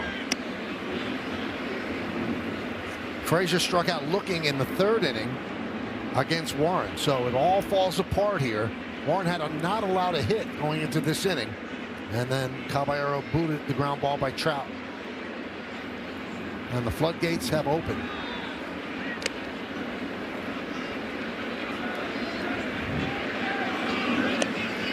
Since last season, this is how effective Cruz has been, Paul. He's inherited 30 base runners. Only 2 have scored.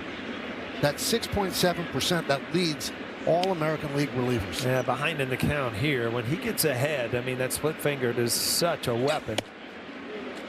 That's a problem. If he can't throw strikes, he can't get to a good count to put people away with that split finger.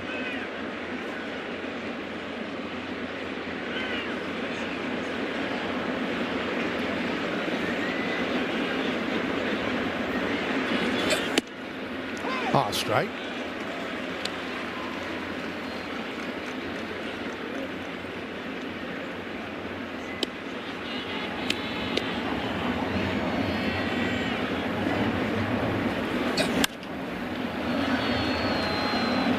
And the count is now full. Take a look at the Yankee bullpen budget, brought to you by Citizens. Make sense of your money with Citizens.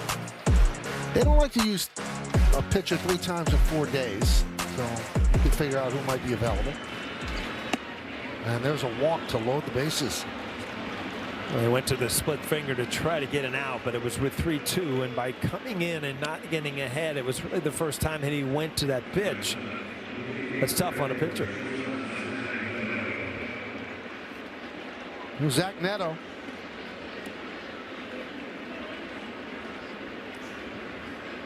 Zach Neto off to a good start home run wise. He's got 5 home runs, 8 RBIs to this point. So in a dangerous at bat here.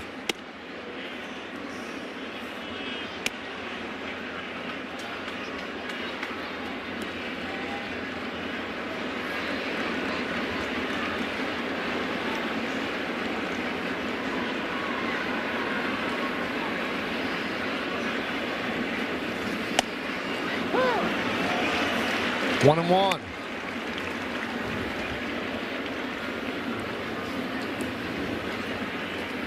Angels 8-8, Yankees 8-7 on the season. And he's telling Cruz, you've got to address the batter. And Cruz touched his chest and said, my bad.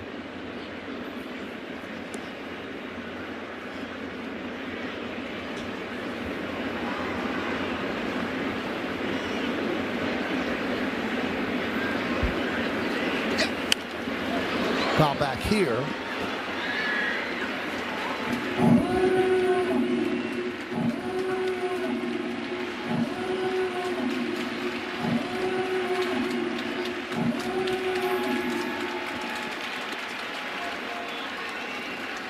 Now he's got some room to play with the splitter, get him to chase. 1-2 count.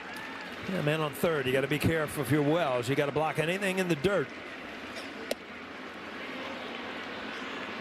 Neto did not offer, and the count levels at 2-2. And Trout on deck. Rather large out right here. Yeah. Neto being one of the hot hitters. You got Mike Trout in the hole on deck. 2-2. 3-2, no place to put him. So every cliche you'd like to use now, you can start the merry-go-round. The runners will go. 3-2, 2 outs.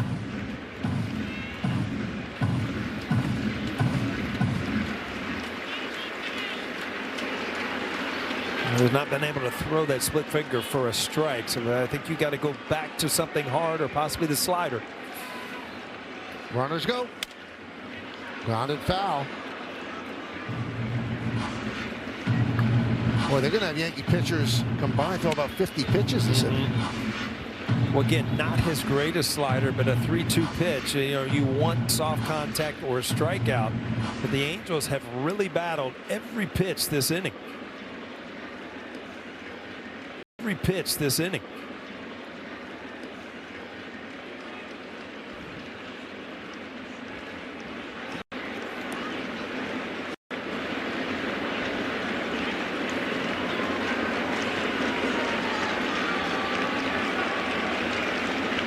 And the payoff. And he walks in a run, and the game is tied at 4.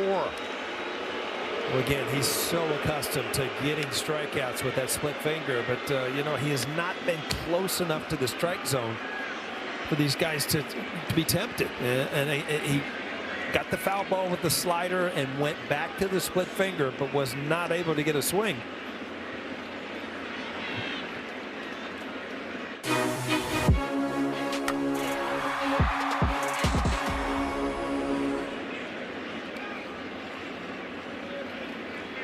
So Will Warren watching it all unravel. The 4-0 lead is gone. It's a 4-4 game. Angels threatening to take the lead. Bases remain loaded with 2 outs, and Mike Trout at the plate. And Yankee pitchers have right now combined for 50 pitches this inning.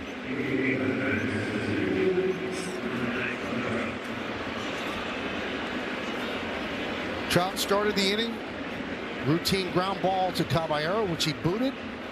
Got on base, and now he's the 10th batter to come to the plate.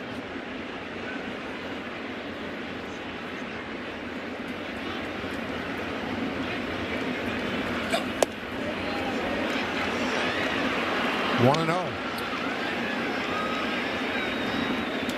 The only time you really see Cruz struggle is with command, and that's the case right here. Not being able to get ahead of any of the hitters he's faced. Could not hold up. That was a slider, 1-1.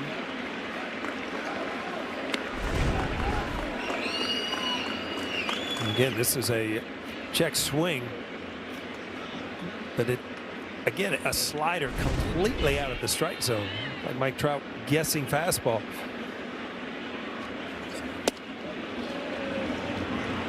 Two and one. And that would seem to be the pitch to guess here because he's not commanding the other pitches. Yeah, he has not thrown a split finger for a strike. And that's the thing, as a hitter, you know, you kind of erase that pitch if you can't ever throw it for a strike.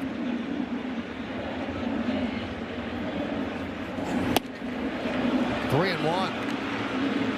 See Bird up in the bullpen.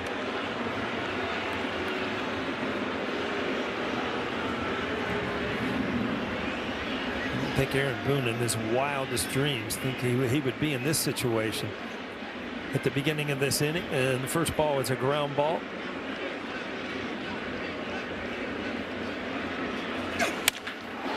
High fly ball. Left center. Bellinger back and makes the play in front of the wall.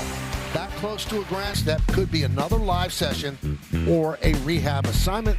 The thought was he was always going to come back maybe by the end of April, beginning of May. Paul, quick quiz. In actual time, how long do you think that half inning was? Yeah, half an hour or so. Huh? 28 minutes. 28 minutes. Yep. Oof. Austin Wells will lead off, so they pick up Kikuchi, tie the score. If you did the math on that, so a half an hour per inning, that'd be an hour an inning. That'd be a 9-hour game. Yeah, beyond that. We'd have to call in the reinforcements here. Yep. Todd Frazier, head on down. Get a couple innings in you. Fly ball shallow right. Going to be a long run for Adele. One out.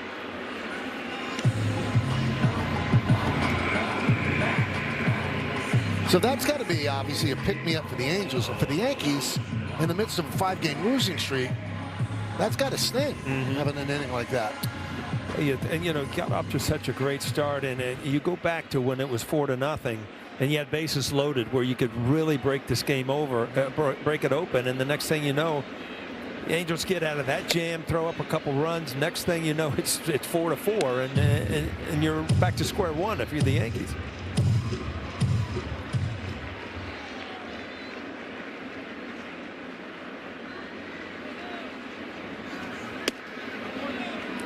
Two and on Goldschmidt. He doubled in the first inning, came around to score on Judge's home run, and then struck out in the second. And if you're Kikuchi, I mean, that's like a rain delay right there. A half an hour sitting on the bench. 3-0.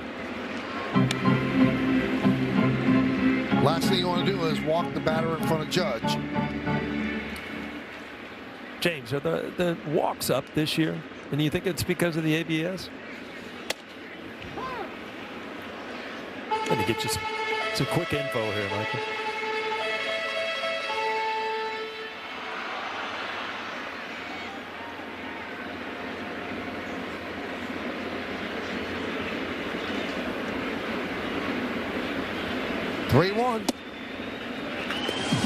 There's a walk.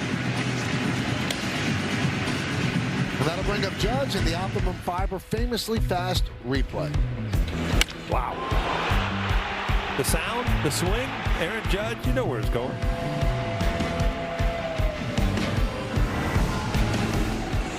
Well, he's not going to face Kikuchi. As the Angels will go to the bullpen, they'll bring in Anderson. One of 6 righties in the bullpen. Kikuchi is done. Returns. Orioles for you. Yankees. And the answer to this question, today's a special day, too. I know that answer, too. I saw the game notes. Absolutely. Sean Anderson takes over for Kikuchi. The night it was raining candy bars. That's your hint there, Michael. How's that one? And a strike to Judge. We had a name that Yankee over the weekend, Paul. It was a 12. The highest. 12? Yeah, a 12. Where's the scale go? I thought it stopped at 10. It does. Somebody put their thumb on the scale. I still want to get back to No Neck. That was the best one of last year. Walt No Neck Williams.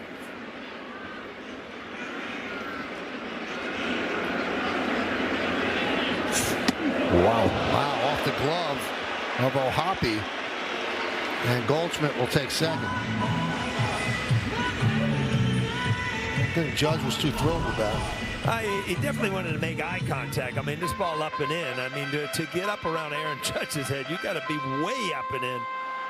As a hitter, you know what? If you can make eye contact, you can usually tell what the intention was there. Yeah, he doesn't look away for a while.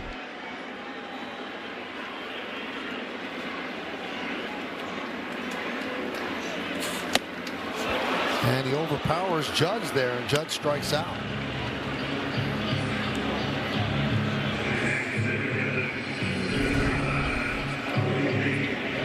Yeah, a little cut fastball kind of just runs away. Aaron Judge right on it, but just underneath the ball. I think he had a little extra hit there to hit it even farther. Bellinger takes the ball 1-0. It's a breaking ball, Michael. I still refuse to throw sweeper in my vocabulary. It's a breaking ball. Breaking ball is a breaking ball. You know what? I got your back. I said it once this year. I was ashamed. Shit, I like it. You admit your mistakes, you know. Yeah, it was. I don't know why I said it. Tim Hill. Getting ready for the Yanks. Runner at second, 2 outs. Strike.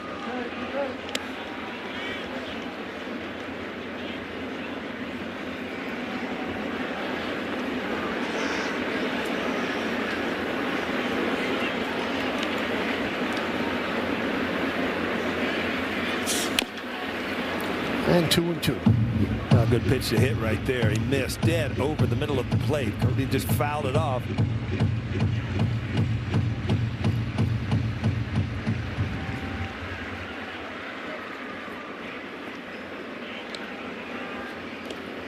Two balls, 2 strikes, 2 outs.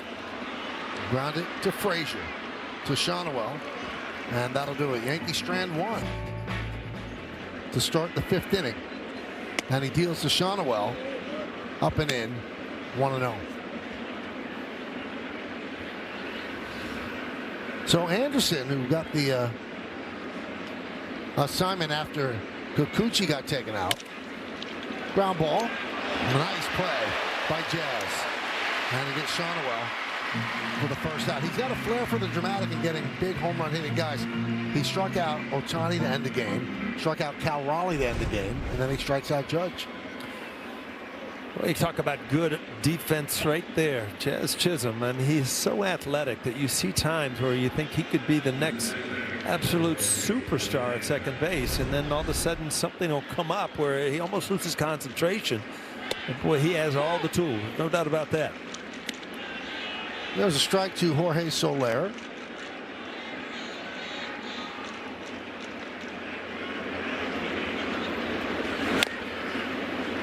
Oh, 2.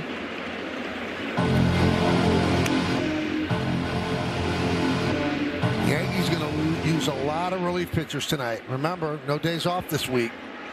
3 more games against the Angels, and then 3 games against the Royals. Boy, if you could mindset Tim Hill and just put it in every pitcher's mind. You know, here, give me the ball. I'm throwing strikes. If you hit me, you hit me. If not, I'm not. You get me. It's just the way it is. He knows what he's got. He's got a little breaking ball, a ton of sinkers, I'm just going to chuck it in there, and you're going to hit it on the ground, and we'll go to the next guy. There's a base hit for Soler. So he is 2 for 3. Time for some Old Spice fresh stats. The Yankee bullpen has allowed run allowed in 6 of the last 8 games. And 6 of the Yankee losses this year, Paul, have come by 1 run. Yeah, that's the concerning thing, because, you know, you're going to get beat up some days. You're going to beat up some people. But it's the close games that kind of make or break your season. Were they 0-6 so far? 0-6 in 1-run games, and the other game they lost was by 2 runs.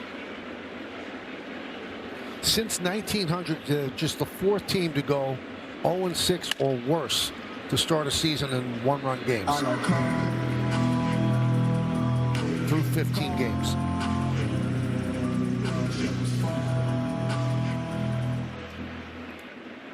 So you take out the 1-run games, they're 8-1. Line down to right field line, foul. Judge is about to make a friend, I guarantee it. Friend. Forever. Oh yeah.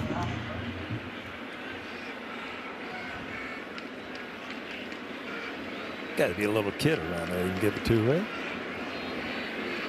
Everybody has to make their own decisions, Paul. Ground ball. Diving stop by Caballero. Gets up, fires. Not in time. Moncada beats it out. Infield single. Wow, good job keeping the ball in the infield, but or play at second or first. You would think his only chance is to get to second base, but too good a jump. He just went on to first base and just no chance.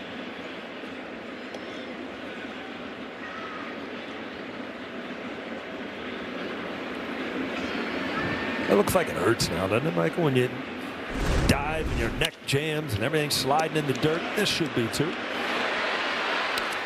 And it is, despite the stumble by Caballero. They double up Adele. We're halfway through. It's a 4-4 game.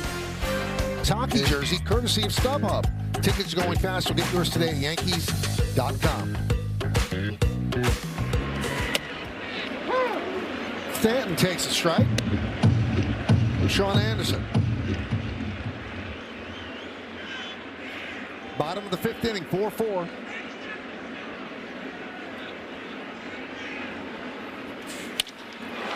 Driven into center field.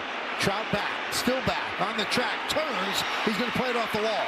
It gets by him, but stands at second with a double. He just hit a P out there.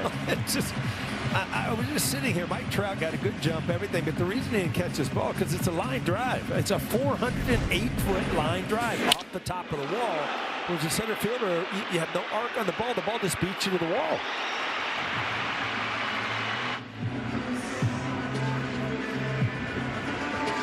A couple of feet from a home run, but just it sounded like it was off the end of the bat a little bit. It's just a rocket off the center field wall.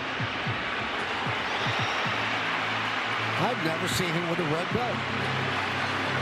You know what? I've watched numerous games this year. They're almost stuck in the seam there. That's kind of the big fashion now in the major leagues, right? The belts. I mean, we went from shoes to belts, and it looked like this torpedo bat. He barreled it up pretty good, but it sounded like it was kind of off the end of the bat. But it was a belt. Yeah, there you go. I love how you bring past things, just make them relevant again, right back in the conversation. Ben Rice pinch hitting now for Rosario.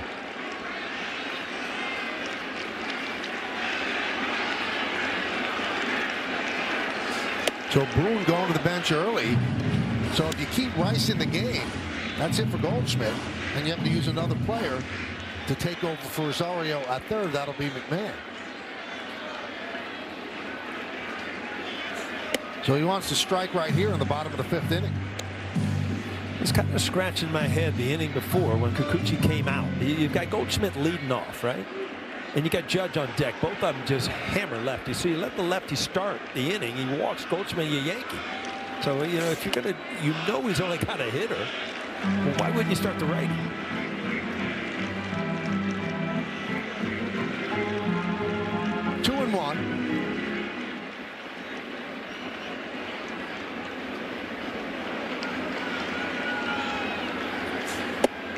3-1 on Rice.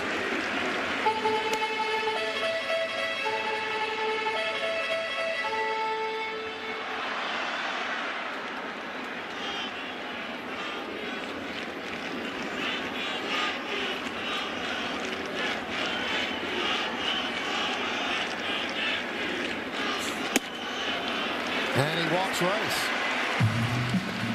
Now that was also a danger ball going to Rice there. First base is open. I'm saying he intentionally walked him, but he was very careful with it. No, absolutely. I mean, Ben Rice's numbers right now are starting to get the attention from the other teams.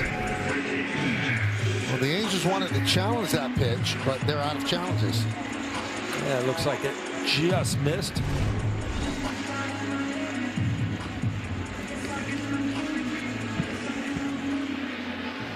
So here's Jazz Chisholm Jr. 0 for 2.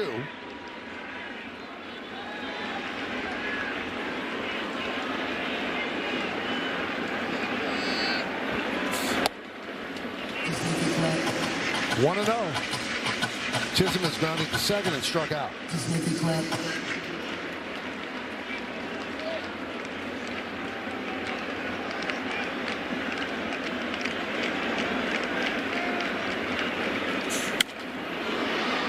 One and one.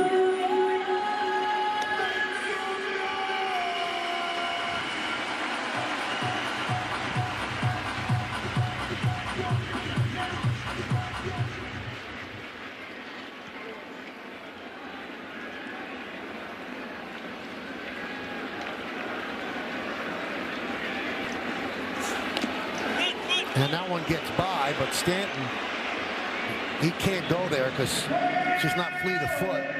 And O'Hoppe might get him at third. Well, just overthrown it. A good job by O'Hoppe to block the ball, keep it in front of him. Knowing that Stanton, I mean, this ball needs to get to the screen for Stanton to get to third base. 2-1.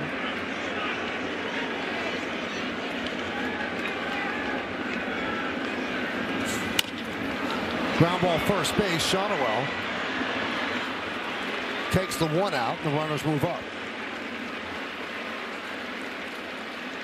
So Stanton's at third. Rice now at second.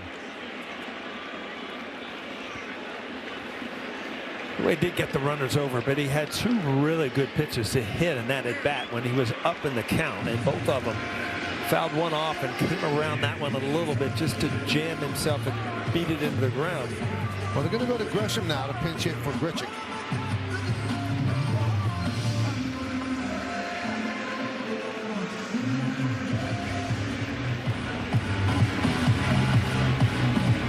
A lot of moves going on here early in the game, Michael. You're going to have weird lineups for the rest of the game for both managers to try to get matchups in the bullpen. Well, if it plays out the way we think and that man has to go in and play third, you've used 75% of your bench in the fifth inning, so it's important that you score runs.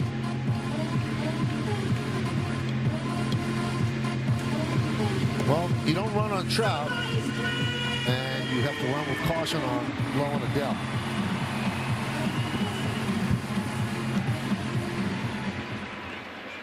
So Grisham hitting 133. He's been walking a lot, 22.4% walk rate, tied with Rice for the highest. The one difference, he's not pulling the ball this year like he did last year.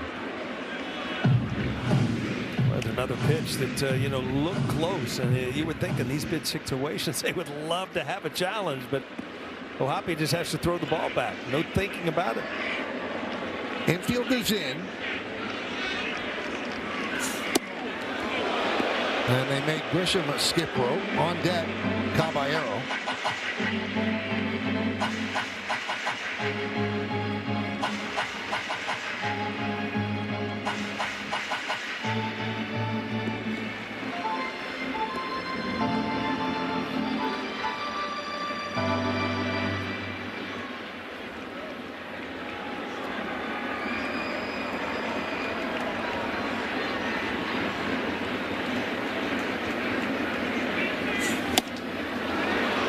Good changeup, 2-1.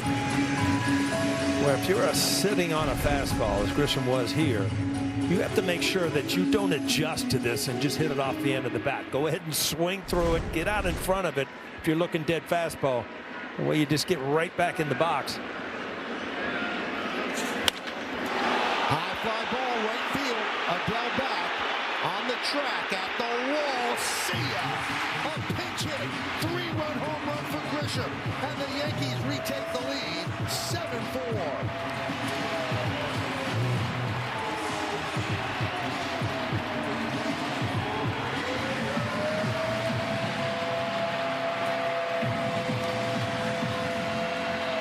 First home run of the year and a big one for the Yankees. Big 3-run homer off the bench.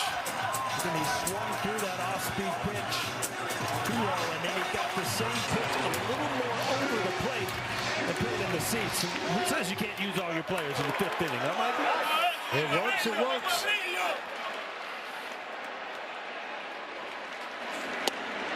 Caballero swings and misses. Well, it's a big, big home run for Grisham just to get a 1 in that column of the home runs and also give the Yankees a 3-run lead here in the bottom of the 5th. Here's what I don't get, Paul. See if you can explain it to me. They have 3 lefties in the bullpen. Yeah. Suzuki didn't have them up. Not even throwing, so that allowed Boone to unleash his lefties on the bench without worrying about a counter. He never had one of the 3 lefties up warming. Yeah, I asked James a few things. How many lefties have Boone? They do. They have 3. I don't know their budget-wise where they are, but you know, Pomeranz obviously they like to use later in the game, but Suter and Ferris, I don't know. Grounder, Neto. And it's not like Anderson is, you know, one of their star relievers. Again, this is that split finger, but this one just stays at home. And Grisham just gets enough to take that ball in the seats.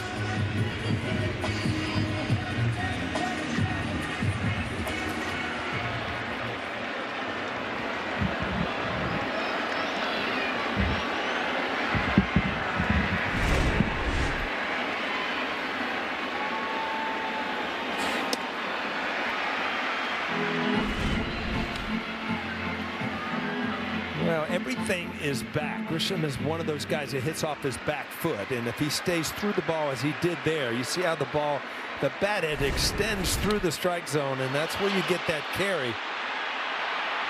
And Wells hooks this one foul. Stays through it. He actually goes down to get it and get through it, but does not come around it or go over it. Yeah, and when you're, I mean, this is what Jazz Chisholm is going through now, trying to get rid of that first home run. Well, Grisham doing the same thing, gets one off the bench in a big situation for the Yankees.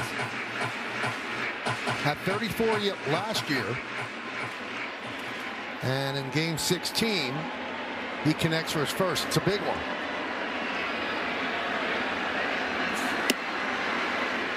Three and 1 on Wells.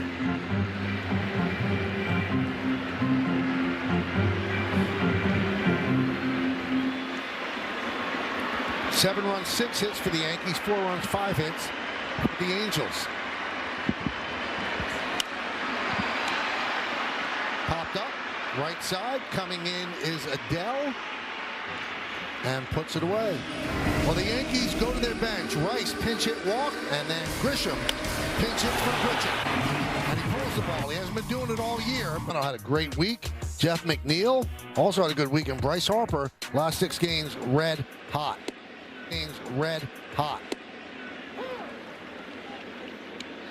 And Soriano is not scheduled to pitch this series, so Yankees kind of luck out on that. Well, if you look at something that just absolutely happened perfectly, is you got your best defense in there. McMahon at third. Now you got Grisham back in center field. Clay Bellinger over to left, and you got a 3-run lead. So the moves at Aaron Boone, we kind of thought, wow, is this the right thing?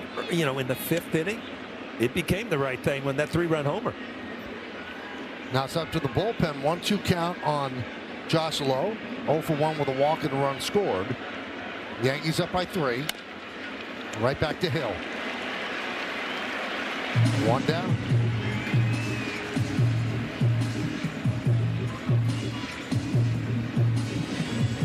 ought to be pretty good at that underhand to first base. Have you ever seen another pitcher have that many little ground balls back to him with the underhand over to first base? I mean, that's what he does. He really, you look at him and he's fearless on the mound. Here, hit it. And, you know, the way the ball moves, the release angle, he's going to get a lot of ground balls. What a weapon for them. He takes the ball, he throws strikes. I mean, he'll take the ball in a blowout, he'll take the ball in a close game. It just doesn't matter.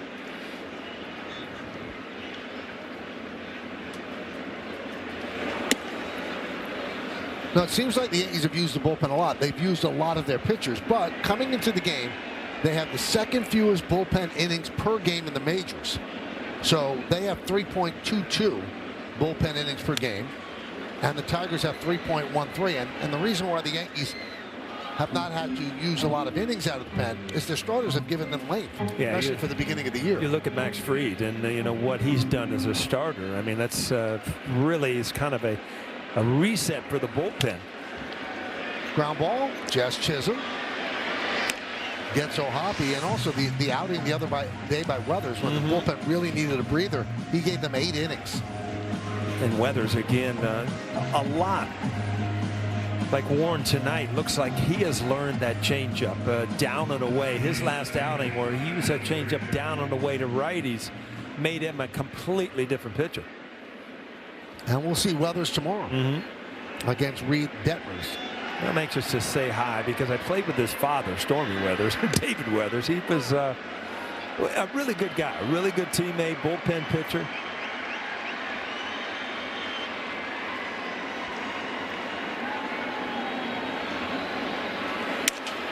That one is looped and past Caballero, kind of ate him up. So a base hit for Frazier.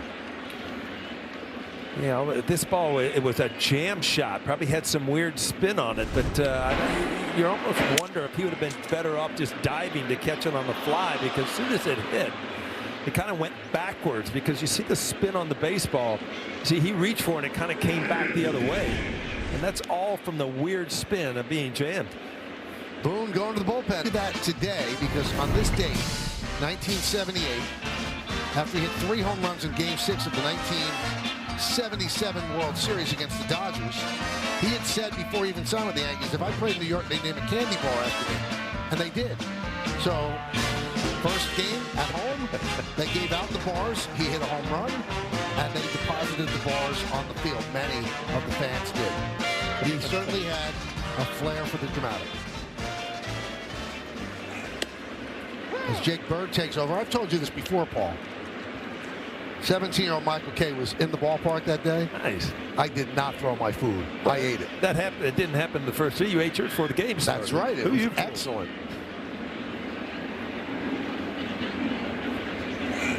You weren't tricking anybody. That was you with the trash can, picking them up down on the field. I could have. I would have. I mean, you can't get better advertisement than that. No, that's awesome.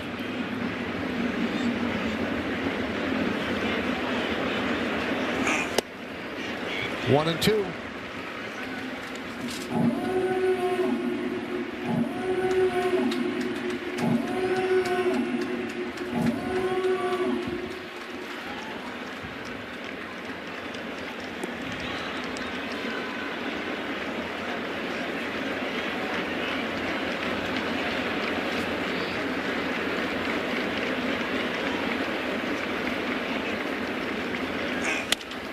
Lined into center field. It's a base hit.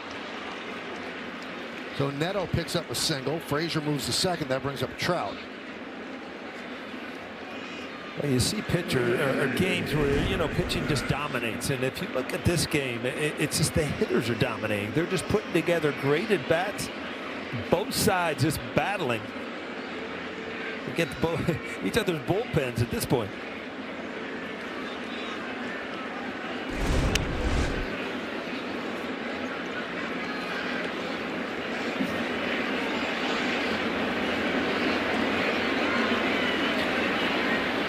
Well, you got the big fly out with bases loaded with Mike Trout. You know, these are scary at bats when you know somebody as good as he is, to give him too many opportunities to put them on the board.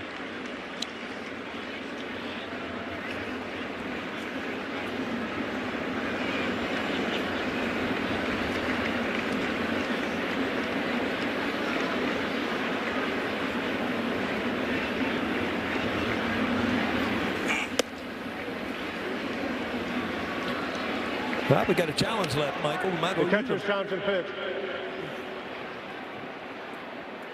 Presented by T-Mobile. The call is correct. The Yankees have 1 challenge remaining. Wow. I knew it had played. I didn't know if it got quite down to the strike zone.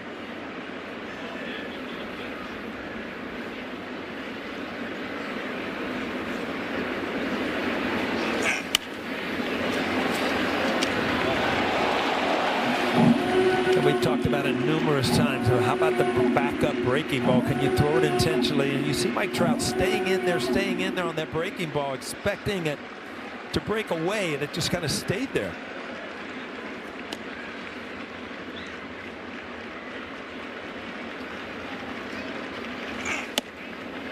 Two and two.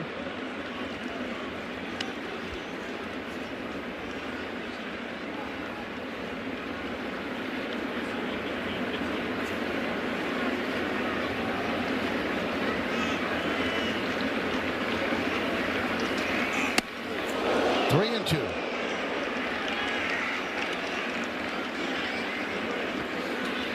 Well, the breaking ball, the cutter, everything kind of overthrowing and having to actually back up instead of going away from Mike Trout. I think that, you know, the way he has pitched him, you got to go back to the breaking ball.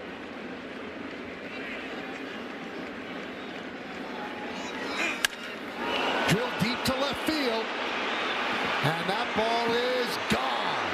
A monster 3-run home run for Trout. And the Angels have retied the game at 7.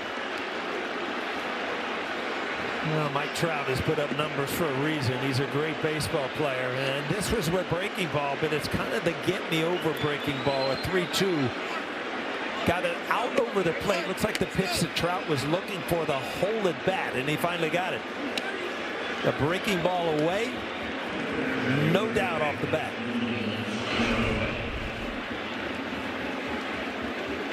See, this ball has just a little bite, enough just to get to the barrel of his bat. And at that point, all three of those guys know where that's headed.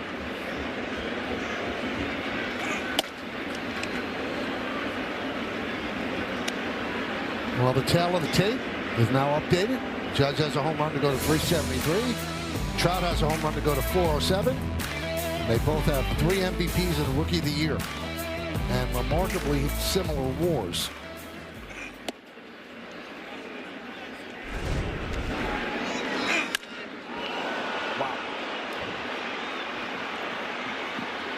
Compact, strong. We've seen it for years. Mike Trout. Still can't believe it, though, Michael. 16th season. 2-1.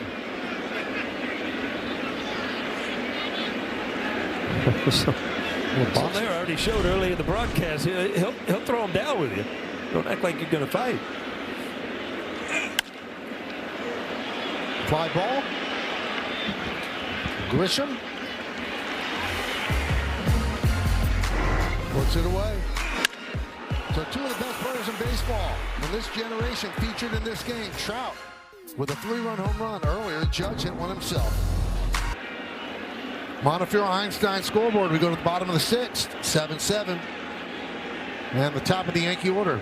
Ryan McMahon came into play 3rd, and he goes into Goldschmidt's spot.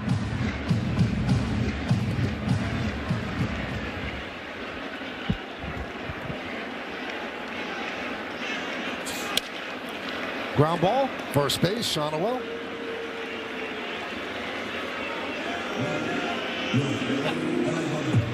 One down.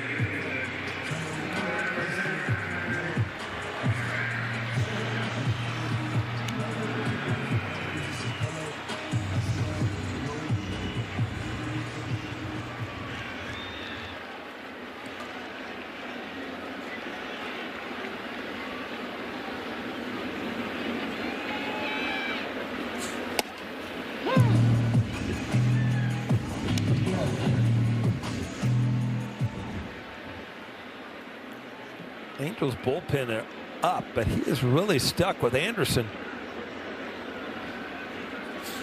Since he went to him in the bullpen, that's the 2nd time that he's been up and in. to Aaron Judge. Last time, Judge stared at him and then ended up striking out.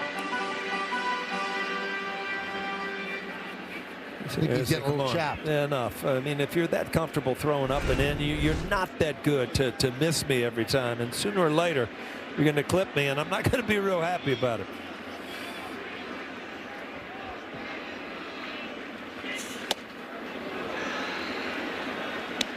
Really, Judge right now wants to hit one to the Grand Concourse. Yes. So he's trying to go the other way, then, you're telling me, over the right field. That would be the concourse, yep. Oh, go that way. Deep to left. See ya. There's your answer. Boy, he must feel pretty good with that. Mike Trout. I mean, you saw a little extra time at home plate, and that just goes to show you that he got his attention from coming up and in twice. Aaron Judge, I mean, as a hitter, you cannot ask for anything better to be checked at a pitcher and then waffle one into the seats.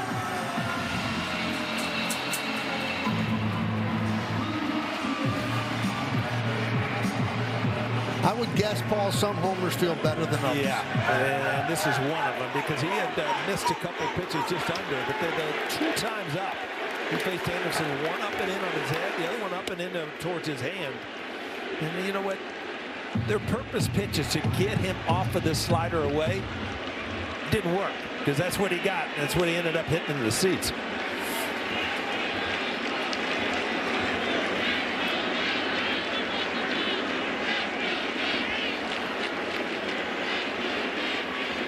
So the Yankees retake the lead.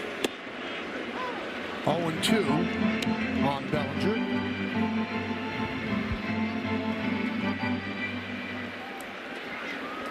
Well, a lot of times what we talk about in the pregame does not come into play, but it certainly has tonight with Mike Trout and Aaron Judge both having huge games. Trout told Jack Curry today how much he respected Judge and enjoyed sharing the field with him. Second time they've hit home runs in the same game. 24th game they've played. And that's a grounder to first, 2 down. Now the split finger just kind of sits there.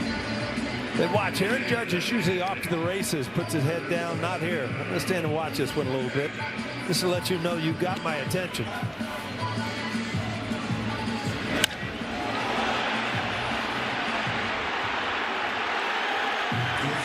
Going to second deck there, Mike? I think it might have hit the facing of the second deck.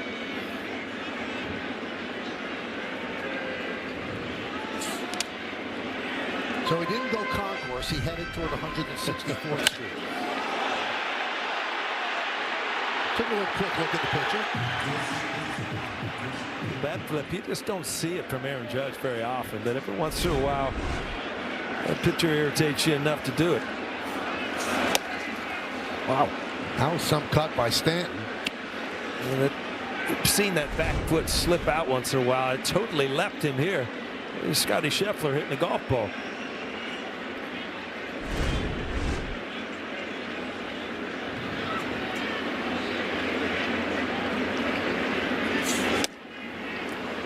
One and 2.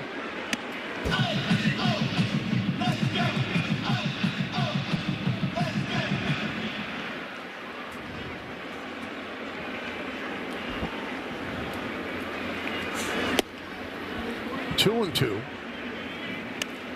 So home runs today by Judge, Caballero, pinch hit home run by Grisham, and another home run by Judge.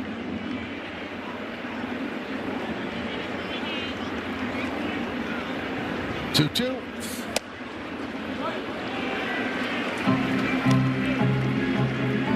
And the count is full. There's been some close pitches since they've lost their challenges. There's another one right there that is questionable. Close.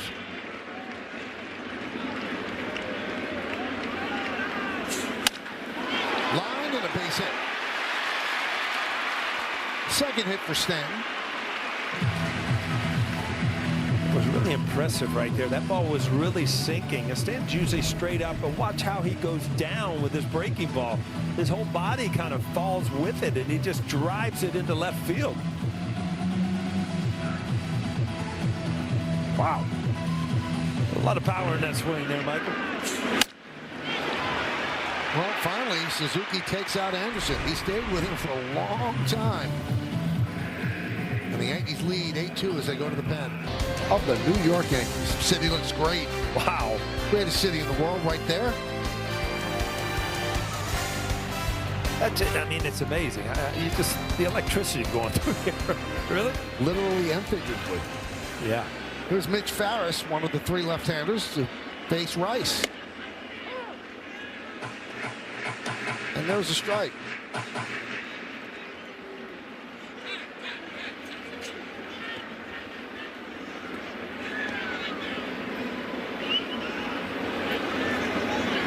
Something loose behind the plate.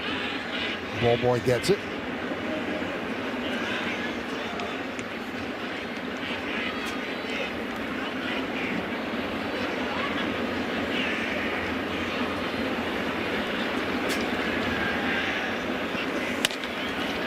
Grounded foul.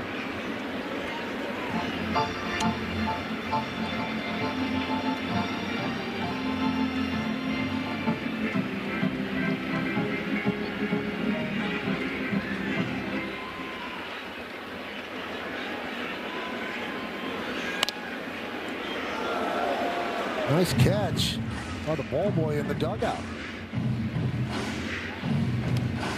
You know, they have the fences up in the dugout, but Craig Albornoz, the manager of the Orioles, got hit and had to be carried out of the dugout today. So the fences just cover so much, you got to still be alert. Yeah, I mean, your reaction time over in the dugout, believe me, it's you don't have a lot of time. I don't know how you guys did it when there was no fence, and I don't know how you did it at the Dodgers facility in Florida. Yeah, Beach. Dodger Town was the worst. I actually had a friend call me and said, have you ever been to Dodger Town? Because he had gone to a spring training game there. It's just like, yeah, that's all I remember was sitting out there on like a bench. Yeah, there's no roof. Nothing. And in spring training, when people don't have their timing down, you were getting balls whistled over your head all the time. 2-2. Driven into right center field. That's going to be in there for a base hit. Adele will cut the ball off. Stanton will go to third. So Rice picks up a single. Keep the inning going. Ben Rice just continues to have great at-bats. I mean, he's, again, like Stanton, just followed this ball with his body. Breaking ball. Watch him hit his front side and just follow it. It's just straight through the baseball. Just a great swing.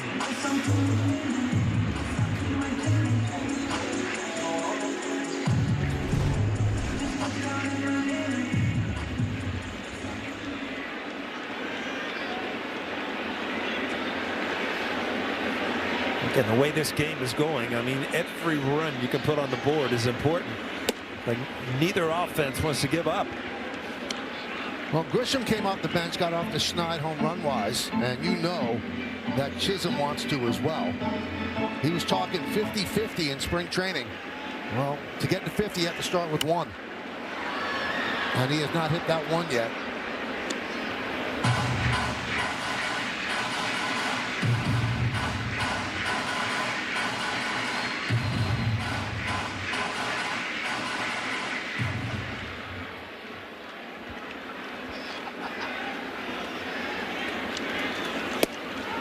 One and 2.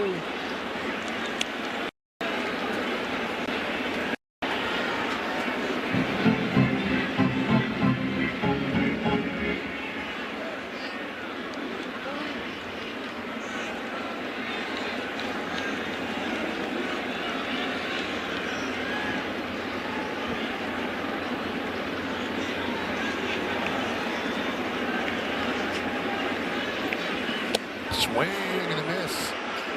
Chisholm down on strikes, hearing some boos from the crowd, but Aaron Judge not. Had a home run in the 9th inning yesterday. In the 1st inning, he connects a long 2-run shot. 7-4, and then the Angels tie at 7-7, and then Judge's 2nd home run of the game, and the Yankees are up by 1, 8-7 as we move to the 7th inning. Jorge Soler will lead off against Jake Bird.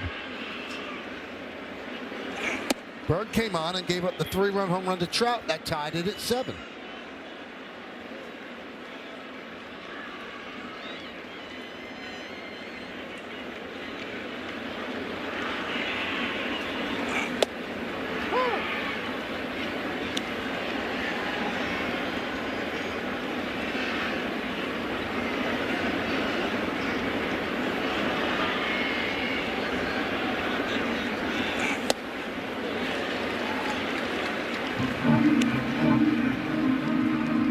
And the count 1-2 on Soler, who's 2 for 3 tonight.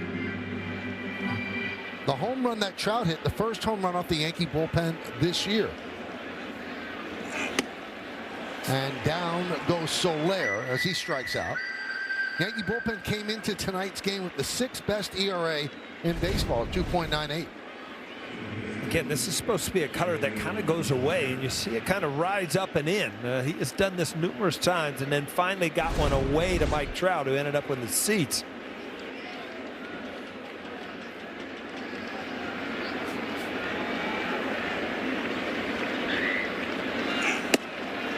And a strike.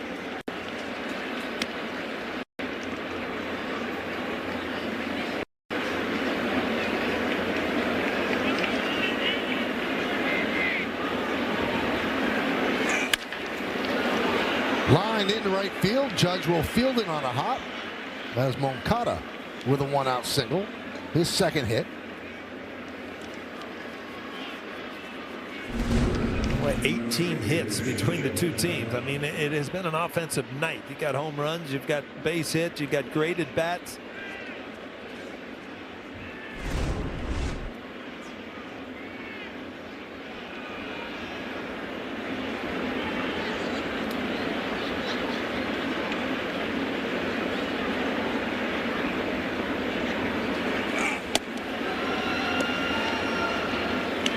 An offensive guy or pitching guy? You like seesaw games like this, Michael, or the 1-0? You know what? A great 1-0 game I love, and I love a game like this. Yeah? I just love baseball, Paul. Really? Yes. We've been watching it for. We just changed our seats all the time. I went from the dugout up here. You know, you just moved over to the middle. We just changed our seats and keep watching Yankee games. Absolutely. Who's got it better?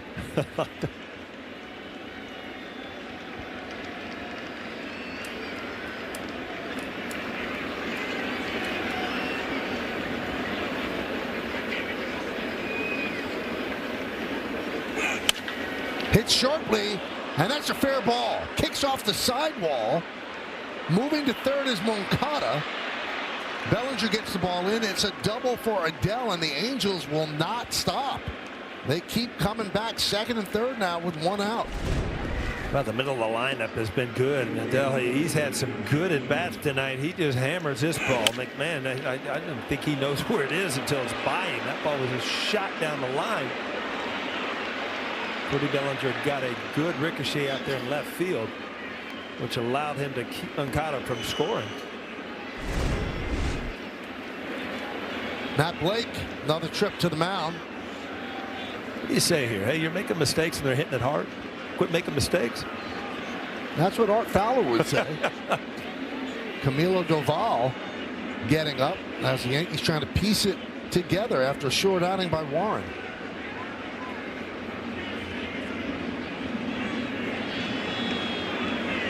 Yankees trying to snap a 5-game losing streak, so there's some pressure here on an early April game.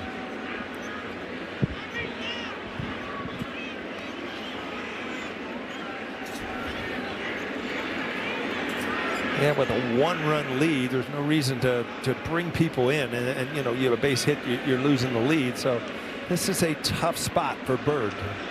Gonna have to make really good pitches. Shanuel, so a lefty, everything going in right there. Good way to start with a cutter right under his hands. All right, so the Yankees play the infield back at short and second. They don't want to give up 2 runs, but a ground ball by Lowe will tie the game.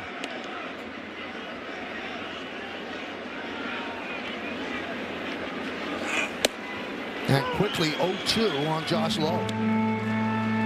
Well, you've thrown 2 perfect pitches, a cutter and then a breaking ball, a little bit slower. Now, how do I get him out before he's able to get back into this count?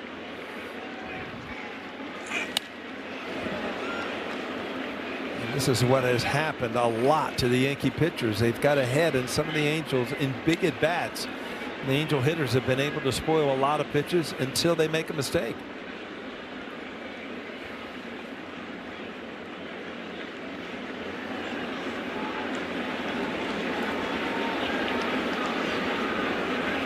And the 0-2 upstairs.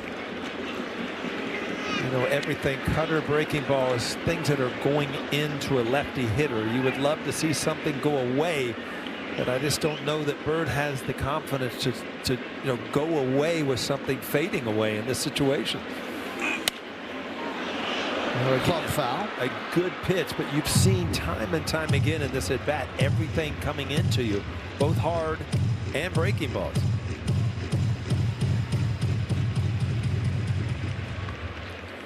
Moncada at third, Adele at second, one man out in the seventh. Yankees up by 1.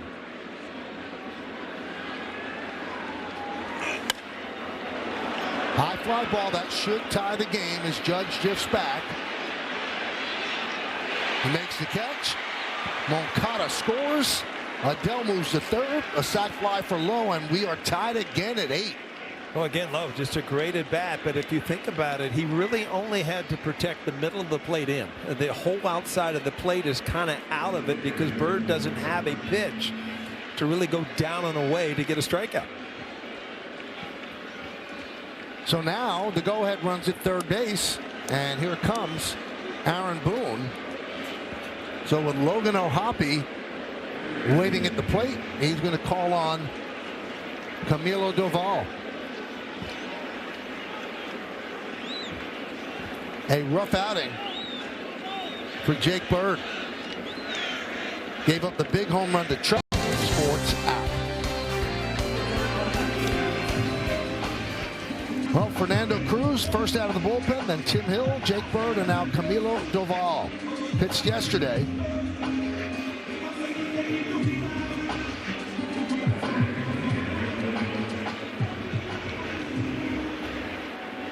O'Hoppe drove in a run in the 4-run fourth inning when the Angels sent 10 runners to the plate. So Adele's at third with the go-ahead run. 8-8 game. The Angels have 10 hits. The Yankees have 9. And there's a strike at 99 miles an hour. Chase Silseth, a right-hander, warming for the Angels in their pen.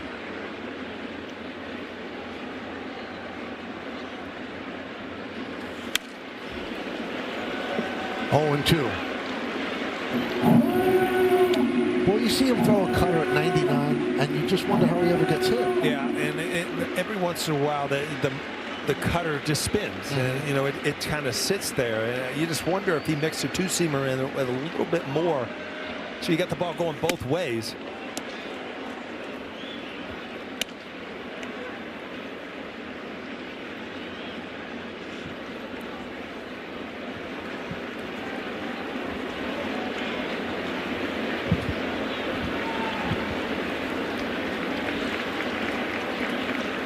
And the 1-2. Just got a piece. And that's pitching right there. You saw the cutter at 99. That was a sinker at 97 going in on his hand. So now the outside part of the plate is in play if he can make the pitch.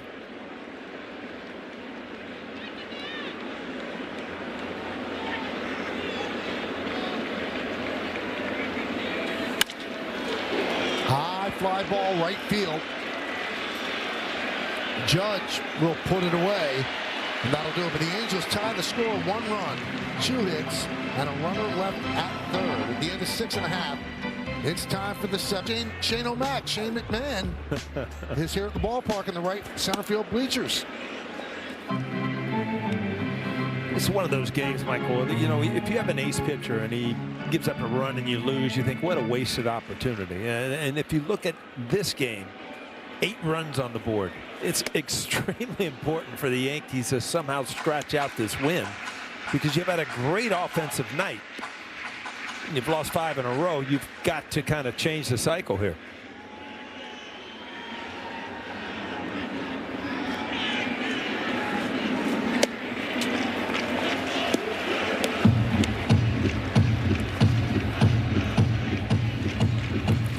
So Grisham came off the bench, a pinch hit, 3-run home run in the 5th inning. A big blow for him and obviously for the Yanks.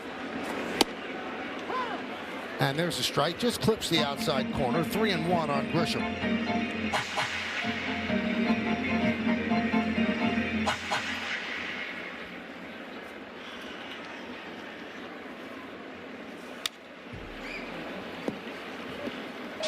take a look at the pitching decisions presented by Sage, Paul. Well, you've always heard the old saying, if you make that pitch, well, you better throw it again, and you throw it better. Well, he did. He hung the second one. Hung it all the way out in the second row for a huge 3-run homer for Trent Grisham.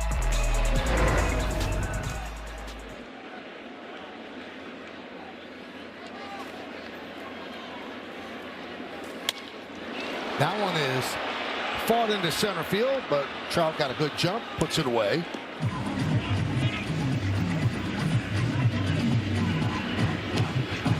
Grisham has had some aggressive swings tonight, and that's a good sign. You know, when coming off the bench, a lot of times you don't think and prepare like you do when you're starting, and to walk up as a pinch hit and then, you know, get your first home run, and then all of a sudden you're up again. He's had some good at-bats tonight.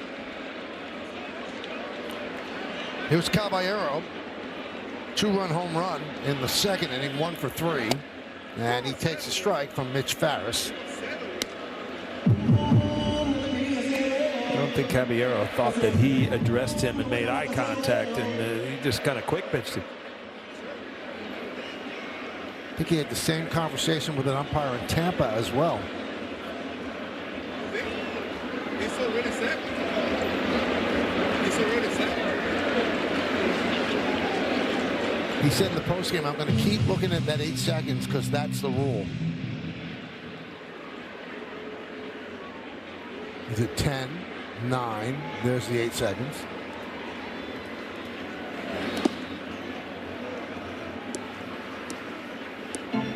One and one. Paul, we waited for you to get to the booth to have one of these games. You know what, Michael? My first game of the year. It's like opening day. You know, I'm excited to be here. It's not snowing. It's beautiful out. 1 and 2. You know, I was just thinking, though, if you're watching this game and you hear the stories of the old days, you know, I saw a game with DiMaggio and, you know, Ted Williams. They both played, you know, and all of a sudden we're watching this today with different names. You're watching Mike Trout and Aaron Judge, and both of them have hit home runs. So, you know, what a cool night. And they're both going to the Hall of Fame. In fact, 2 other people on the field probably going to the Hall of Fame, Stanton and Goldschmidt. And as we mentioned earlier, there's a lot of MVPs here, too.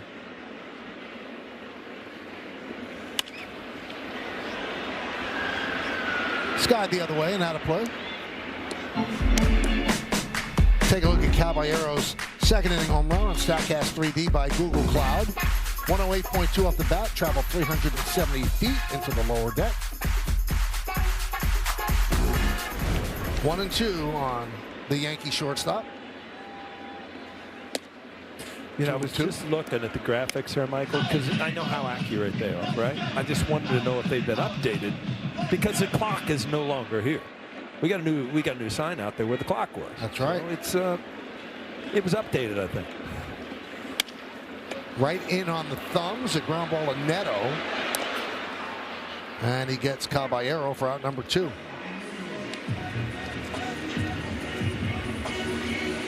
Yeah, it's updated. Yes, it is. We're talking about the sign there on Yankee Stadium, just to the left of it. Benjamin Moore, in case you want to paint your house. But in the old days, it used to be a clock. Michael and I've looked up there about 104 times. I know it's not going to change, but I don't know what time it is. Well, remember there's the clock there. You can find one. Where's that thing? See, they just threw a graphic up there. We got right there. All right, I see it. Well, what's the old saying? There's no clock in baseball, right? Yeah. Well, literally now there's no clock, except for that one. That's when you're playing. There's a clock when you're up here, and there's a clock if you're in the stands with a 12-year-old who's got school tomorrow, right? Well, maybe Benjamin Moore will decide to paint the clock there. That's right. Did you say, Audrey, time to paint your house? Huh? We'll write the script for him, Michael. Yeah. Ground ball and through for base hit for Austin Wells. Against the lefty, Austin Wells finds a hole on the right side. Both offenses, every single guy goes up there. You see him around the ball. Not a lot of break on this breaking ball. Just able to put it in play and find a hole. Yankees 10th hit of the night. Each team with 8 runs, each team with 10 hits. Here's Ryan McMahon against the lefty.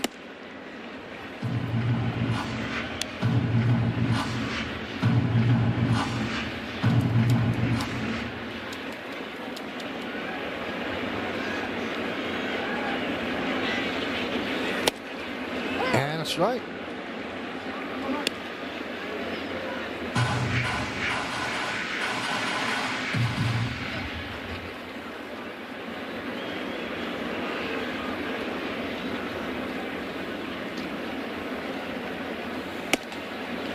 Two and one. We're in the bottom of the 7th inning. 8-8 game. First game of a 4-game series. And first game of a 7-game homestand for the Yankees.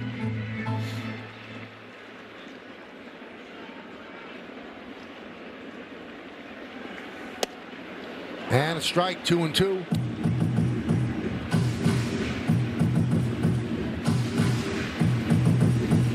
Yankees have 1 challenge remaining. The Angels do not have a challenge.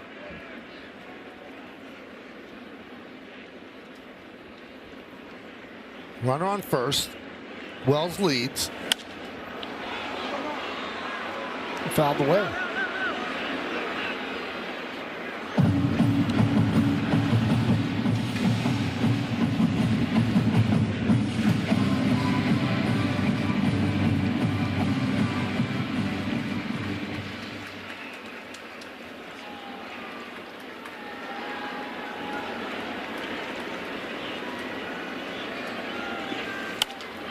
Another foul ball. If you look at his swing at the side, see that top hand. See how it kind of drops, so he becomes kind of a bottom hand hitter. And you got to know what type of hitter you are. I was a top hand guy. Judge is a bottom hand where he kind of, gets a loft on his swing. He needs to stay on top of the ball a little bit more. He swings and strikes. We're going to fix this. And Adam Frazier will start it off against Camilo Doval.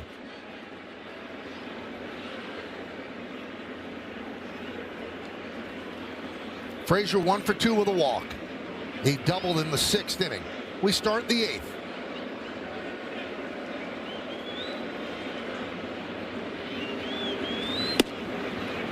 And a strike.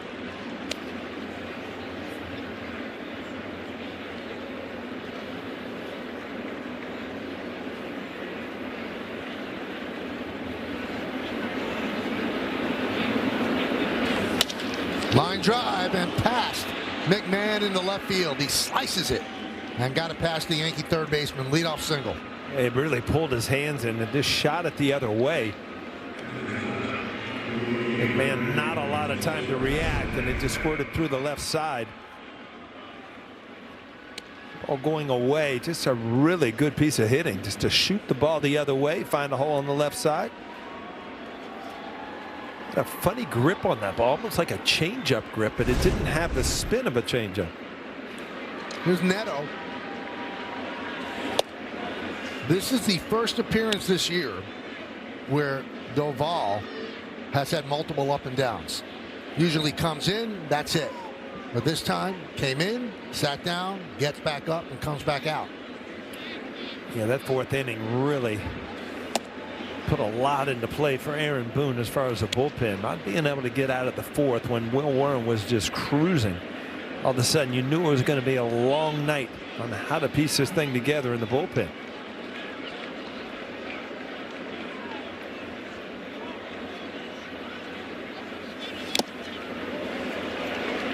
Two and one. Neto walked with the bases loaded, drove in a run. In the 6th inning, he singled ahead of Trout, and then Trout hit the 3-run home run. Blackburn and Bednar.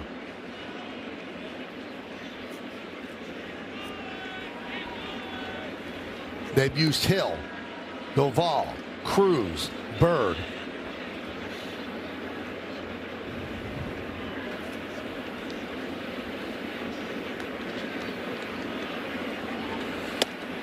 Nice pitch. 2-2. Monday must be offensive tonight, Michael. Look at the out-of-town scores that were just up there. It's been 16 runs scored, 10 runs, 9 runs. I mean, almost everybody's in double figures tonight.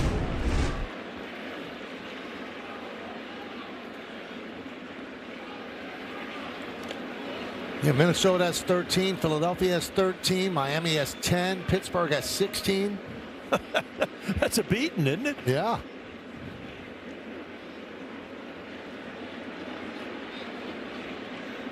Mets are getting shut out. Oh, they haven't started yet. Sorry. Well, there's one out, top of the first. They started. All right. That's how long this game's going. The game on the West Coast started. I forgot about that. That's not a good sign.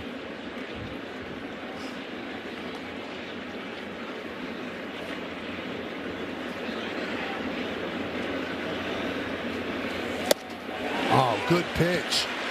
Neto swings through the slider, one away. Well, he's got the cutter at 99 and then the slider that breaks a little bit more. About 10 miles off of the velocity. But a great sequence. You get him out in front, you get a swing and a miss.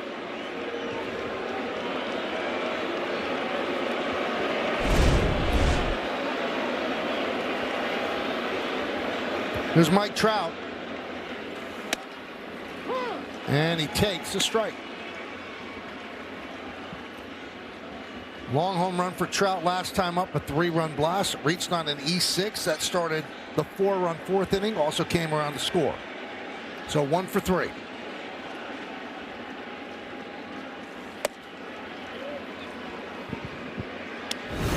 Take a look at that home run in the 6th. Yeah, after a bunch of backup sliders, he finally was looking away, got the slider away, and it went a long way.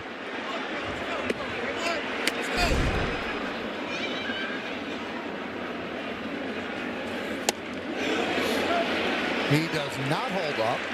1-2.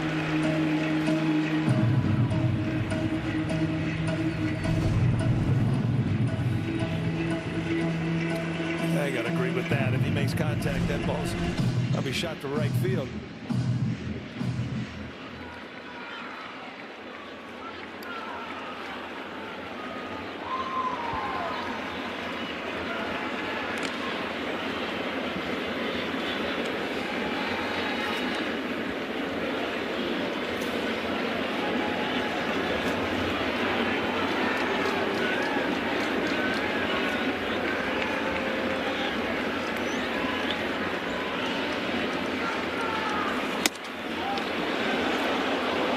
Misses 99. 2-2.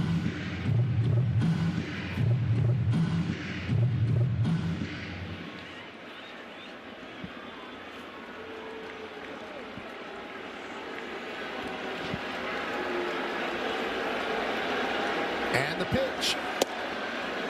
3-2 on Trout.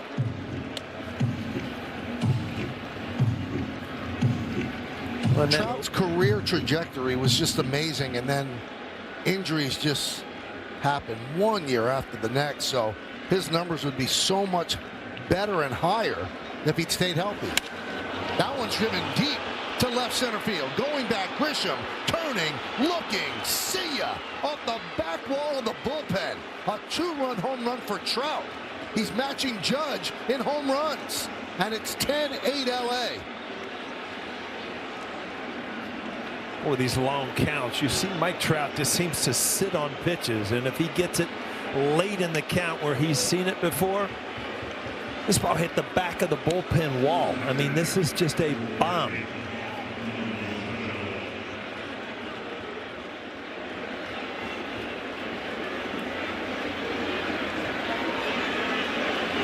Judge with 2 home runs. Trout with 2 home runs.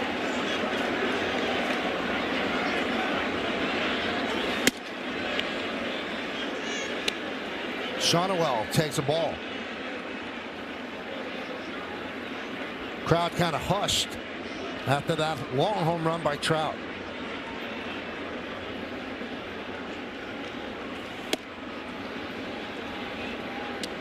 Not much success tonight out of the Yankee bullpen. 408 home runs.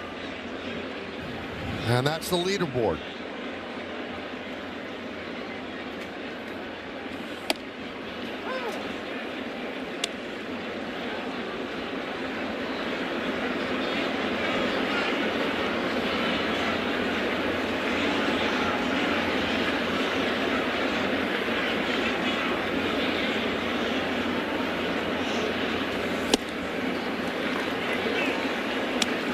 And the count 2-2.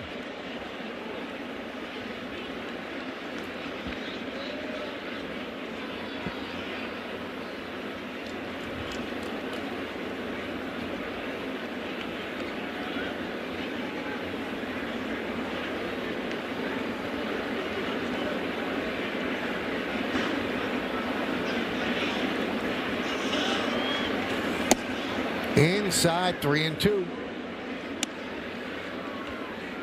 Yankees up 4-0.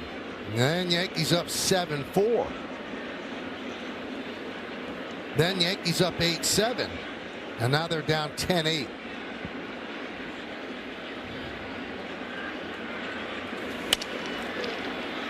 Caballero gets a nice hop.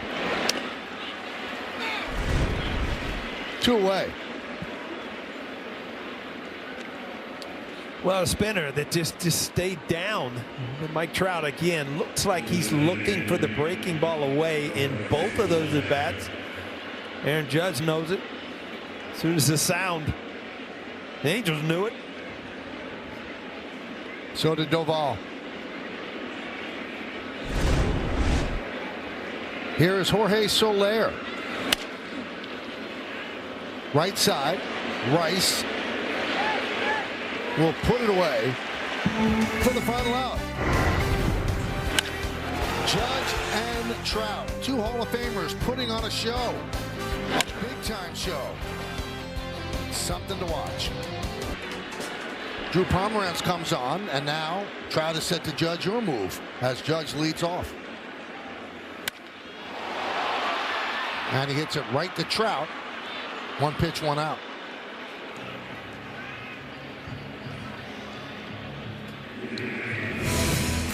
Well, we started with the tail of the tape. They both have 3 MVPs. They both won the Rookie of the Year. Trout's home run total now for his career 408. Judge is 374. Remarkably similar numbers. Same batting average, 293. And if 293, Paul, does not seem that impressive, and I know it does to you, so from the time that they've become major leaguers, the average major league batting average is 250. Bellinger rips one to right field. It's a base hit. Yeah, I would think early 2000s, late 90s, is probably 265, something around there, 260 something. Well, since they came up, it's 250. Yeah. Yep.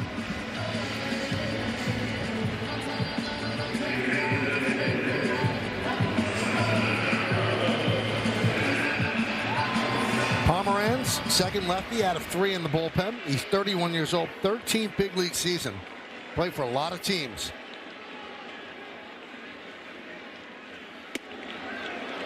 And the pitch is high to Stanton. Had a really good year last year. This year is kind of struggling. He's given up almost as many runs so far that he did all last year.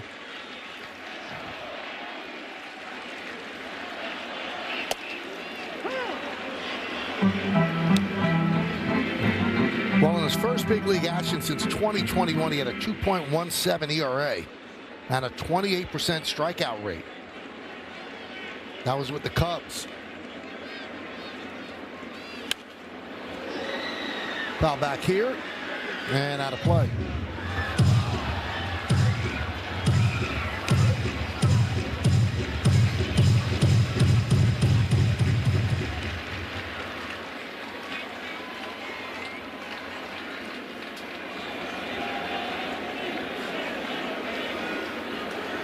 Pomeranz deals.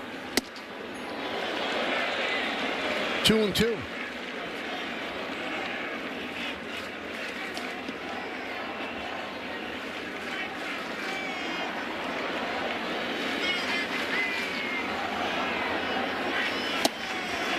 And down goes Stanton. Well, that's as good as it gets right there. A nasty knuckle curve. He had thrown fastballs and then balls out of the strike zone high. He comes back with this knuckle curve just down and in with nasty movement.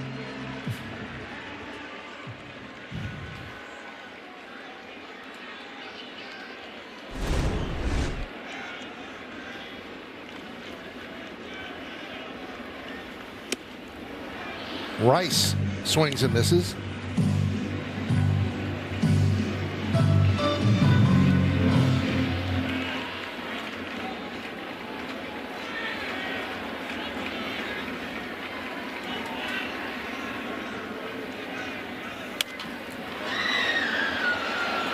popped up. Oh, Hoppy gives a look at a play.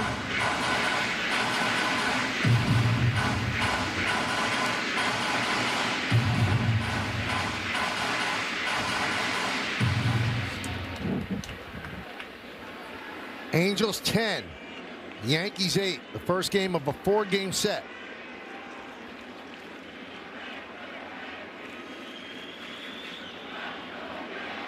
The 0-2.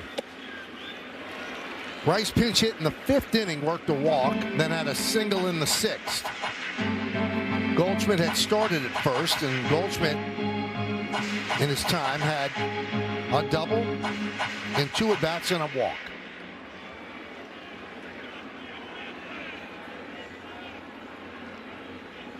One, 2.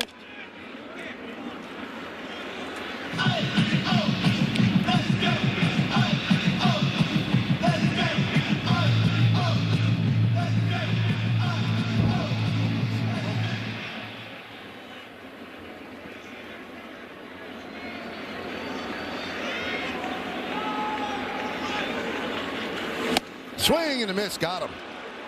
An impressive inning for Drew Pomerantz.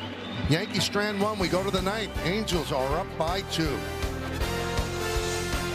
Little soccer going on. But more scoring here in the ballpark, 10-8. Angels lead as we go to the 9th. New Yankee pitcher is Paul Blackburn. And Moncada swings at the first pitch and lofts it to shallow center. Grisham calls off Caballero. 1 down. Last pitched on Thursday here at the stadium.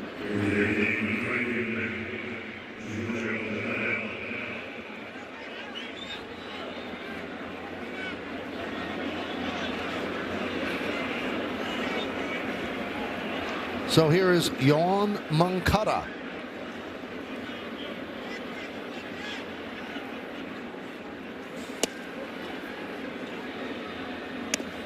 Oh, I said Moncada. I'm sorry. It's Joe Adele.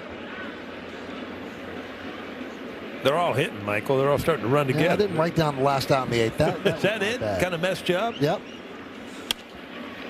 Like forgetting to throw an answer on the test, huh? And you didn't quite get an A? And then your number on the SAT goes way down. I didn't work. You can't go down much more than 0. That's where I started, right?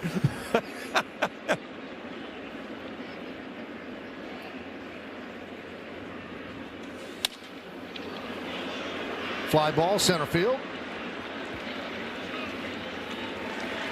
2 away. And that'll bring up Josh Lowe. Back when we took that test, Paul, didn't you get like 200 just for signing your name? Well, you got some free points. Yeah, if you could spell your name right. That was pretty good.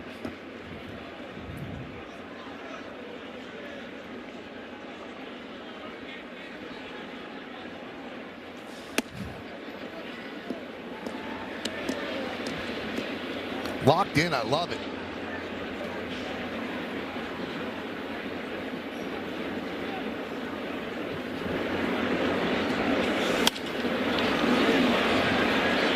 Fly ball. And Grisham makes all 3 putouts. We go to the bottom of the 9th. Do the Yankees have a rally in there? Jordan Romano has not allowed an earned run in 5 innings. Last pitch on April 6th. 7 strikeouts in 5 innings. Peraza, the former Yankee, takes over at third base. And Teodosio takes over in left field.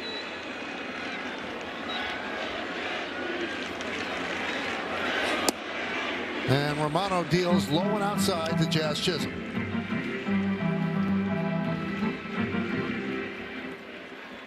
Five hitless innings across 6 appearances, 4 for 4 in saves. And a strike. Signed a 1-year, $2 million deal with the Angels in December. And it's a big reclamation project for the pitching coach, Mike Maddox. Last year was a wreck for Romano with the Phillies. Ground ball and through for a base hit. And just like that, the Yankees bring the tying run to the plate here in the bottom of the 9th.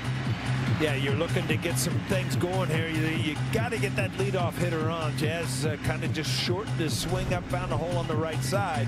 First fastball he saw in the count and was able to turn on it.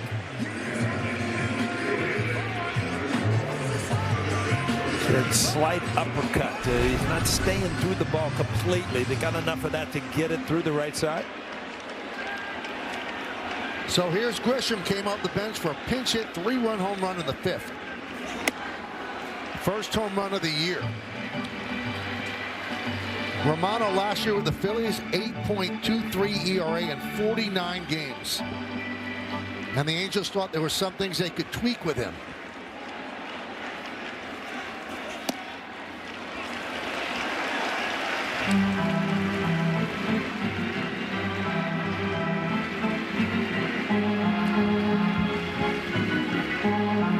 And that's what he did from 22 and 23, and then last year. 2-0. 3-0 on Grisham.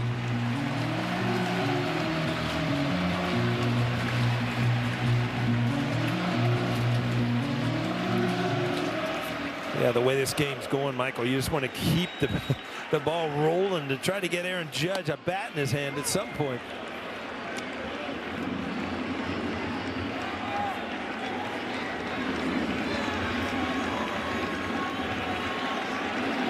Three-one count on Grisham. Think about it. It's a long layoff. It's been a week since Romano's pitched. Uh-oh. Fly ball, deep right, going back. Adele on the track at the wall. See ya! He's tied the game. His second home run of the game. A 2-run shot. We are knotted at 10.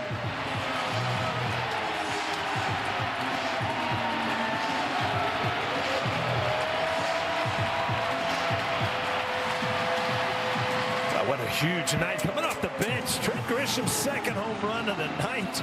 5 RBIs on the night and some really good aggressive swings. The Yankees aren't giving up here, Michael.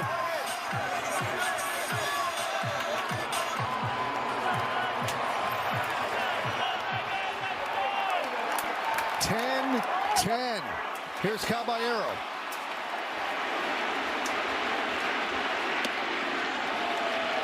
It's a night of multiple home runs. 2 by Trout, 2 by Judge, 2 by Grisham. Can Caballero make it 2 and win the game?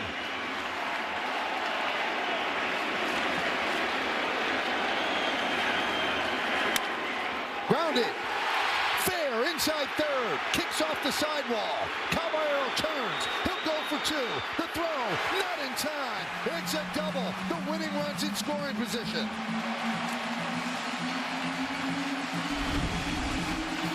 Well, this is what just happened to put him in this position. Trent Grisham, second home run of the night. Use that momentum and just keep the rally going. Your 1 base hit, or possibly if you get him over, a sacrifice fly for having the best win of the year right here for the Yankees.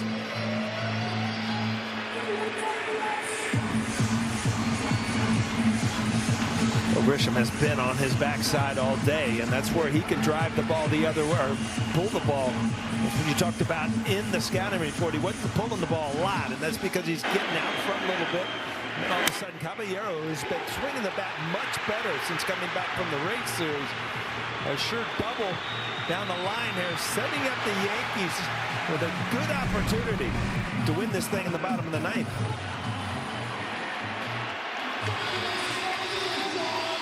So here's Austin Wells. The Angels are expecting a bunt. They're in at the corners. The Yankees have already tied the game. There's a runner in scoring position. Not sure why they'd have to bunt. And they were not as he checks the swing.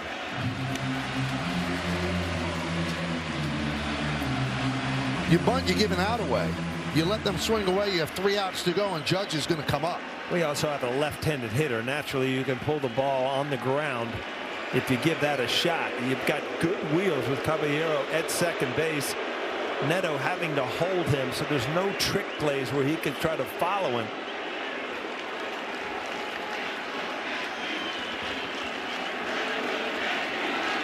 Romano had not allowed a hit this year in 6 appearances.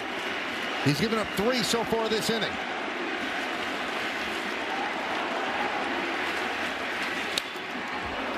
to the screen.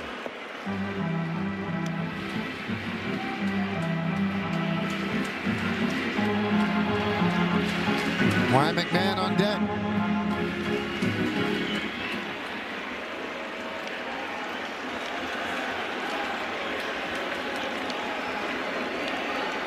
Caballero goes for third.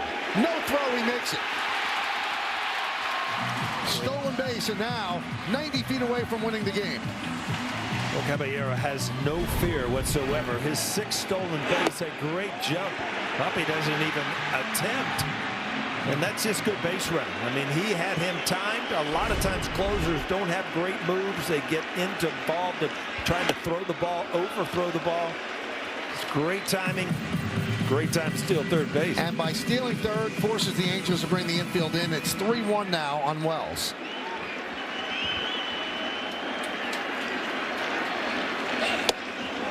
Three and 2. Times have changed. You see a breaking ball and a fastball count from Romano. He used to be a type of guy that would throw the ball by you. He's in the mid-90s now instead of the upper 90s.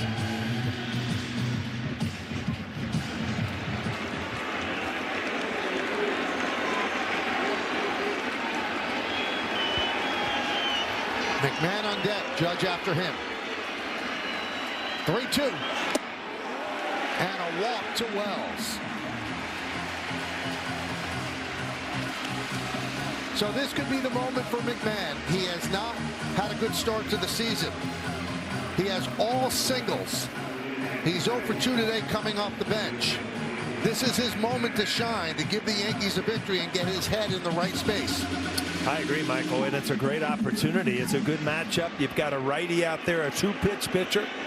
Put the ball in play hard and go home a hero.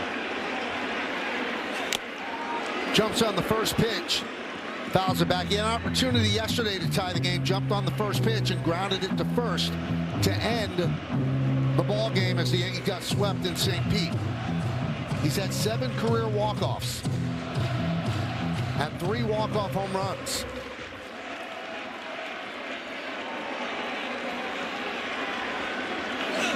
Inside.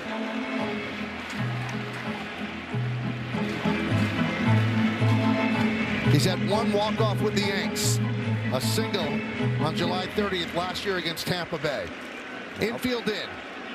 Outfield in. Strike. Yeah, at this point you might as well challenge it. Ball looked questionable low. Have to wait and see if it did hit the strike zone. That's a ball.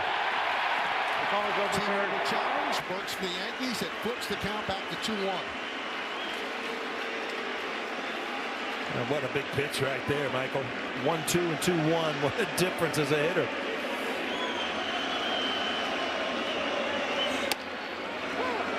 Now 2-2.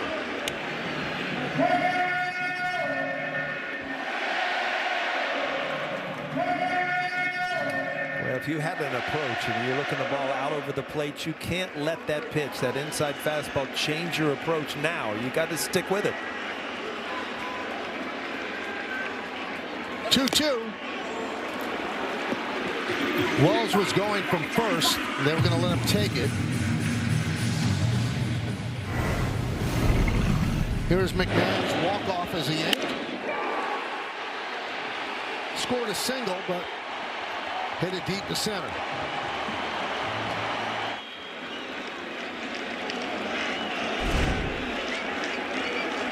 Two balls, 2 strikes. 10-10 game. Winning runs at third.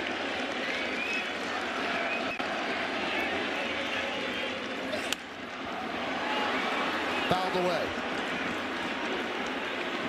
Again, really wearing out that inside corner, not being able to get to it. But if you start to open up to try to get to that pitch, it's a strikeout if he goes away. So you've got to stay out over the plate. If you get jammed, you get jammed. And you infield in, a jam shot will win this game anyway. Caballero, the winning run at third. Wells at first. Nobody out.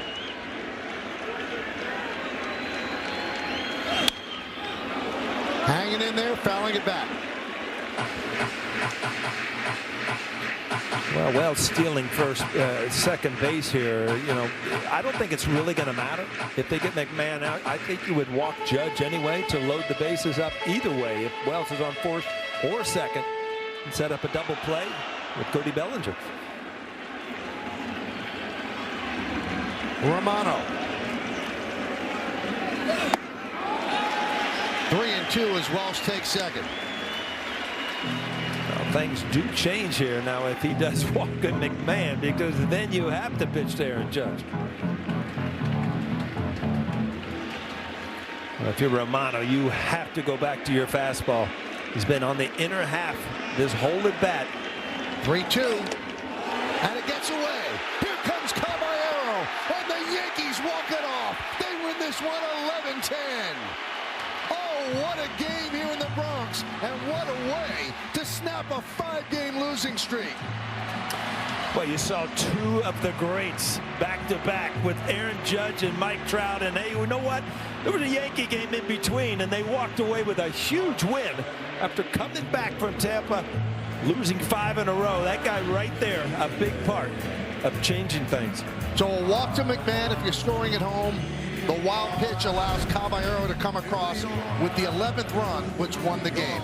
Hey, tried to trick him with a slider down and in, and good for McMahon to stay off of that. Good at bat. I'm sure that he wanted to get it done offensively as far as putting the ball in play, but you know what? At this point of the season, any way you get a win, you take it. A seesaw game, back and forth, dramatic. The bullpen not doing its job. The offense stagnant for most of the beginning of the season. Explodes on this night. The captain leads it with 2 home runs. Grisham off the bench, 2 home runs, his first 2 home runs of the year. And the Yankees get it done in dramatic fashion to start this homestand with a victory. So there are smiles around when you break a losing streak, and that's what the Yankees just did, as they had lost 5 in a row coming into this, and now they're probably thinking we just started winning streak. You know what, Michael, you look at this game, I'm glad there's not 10 innings in a baseball game, because you know what, neither offense was going to give up. It was like, who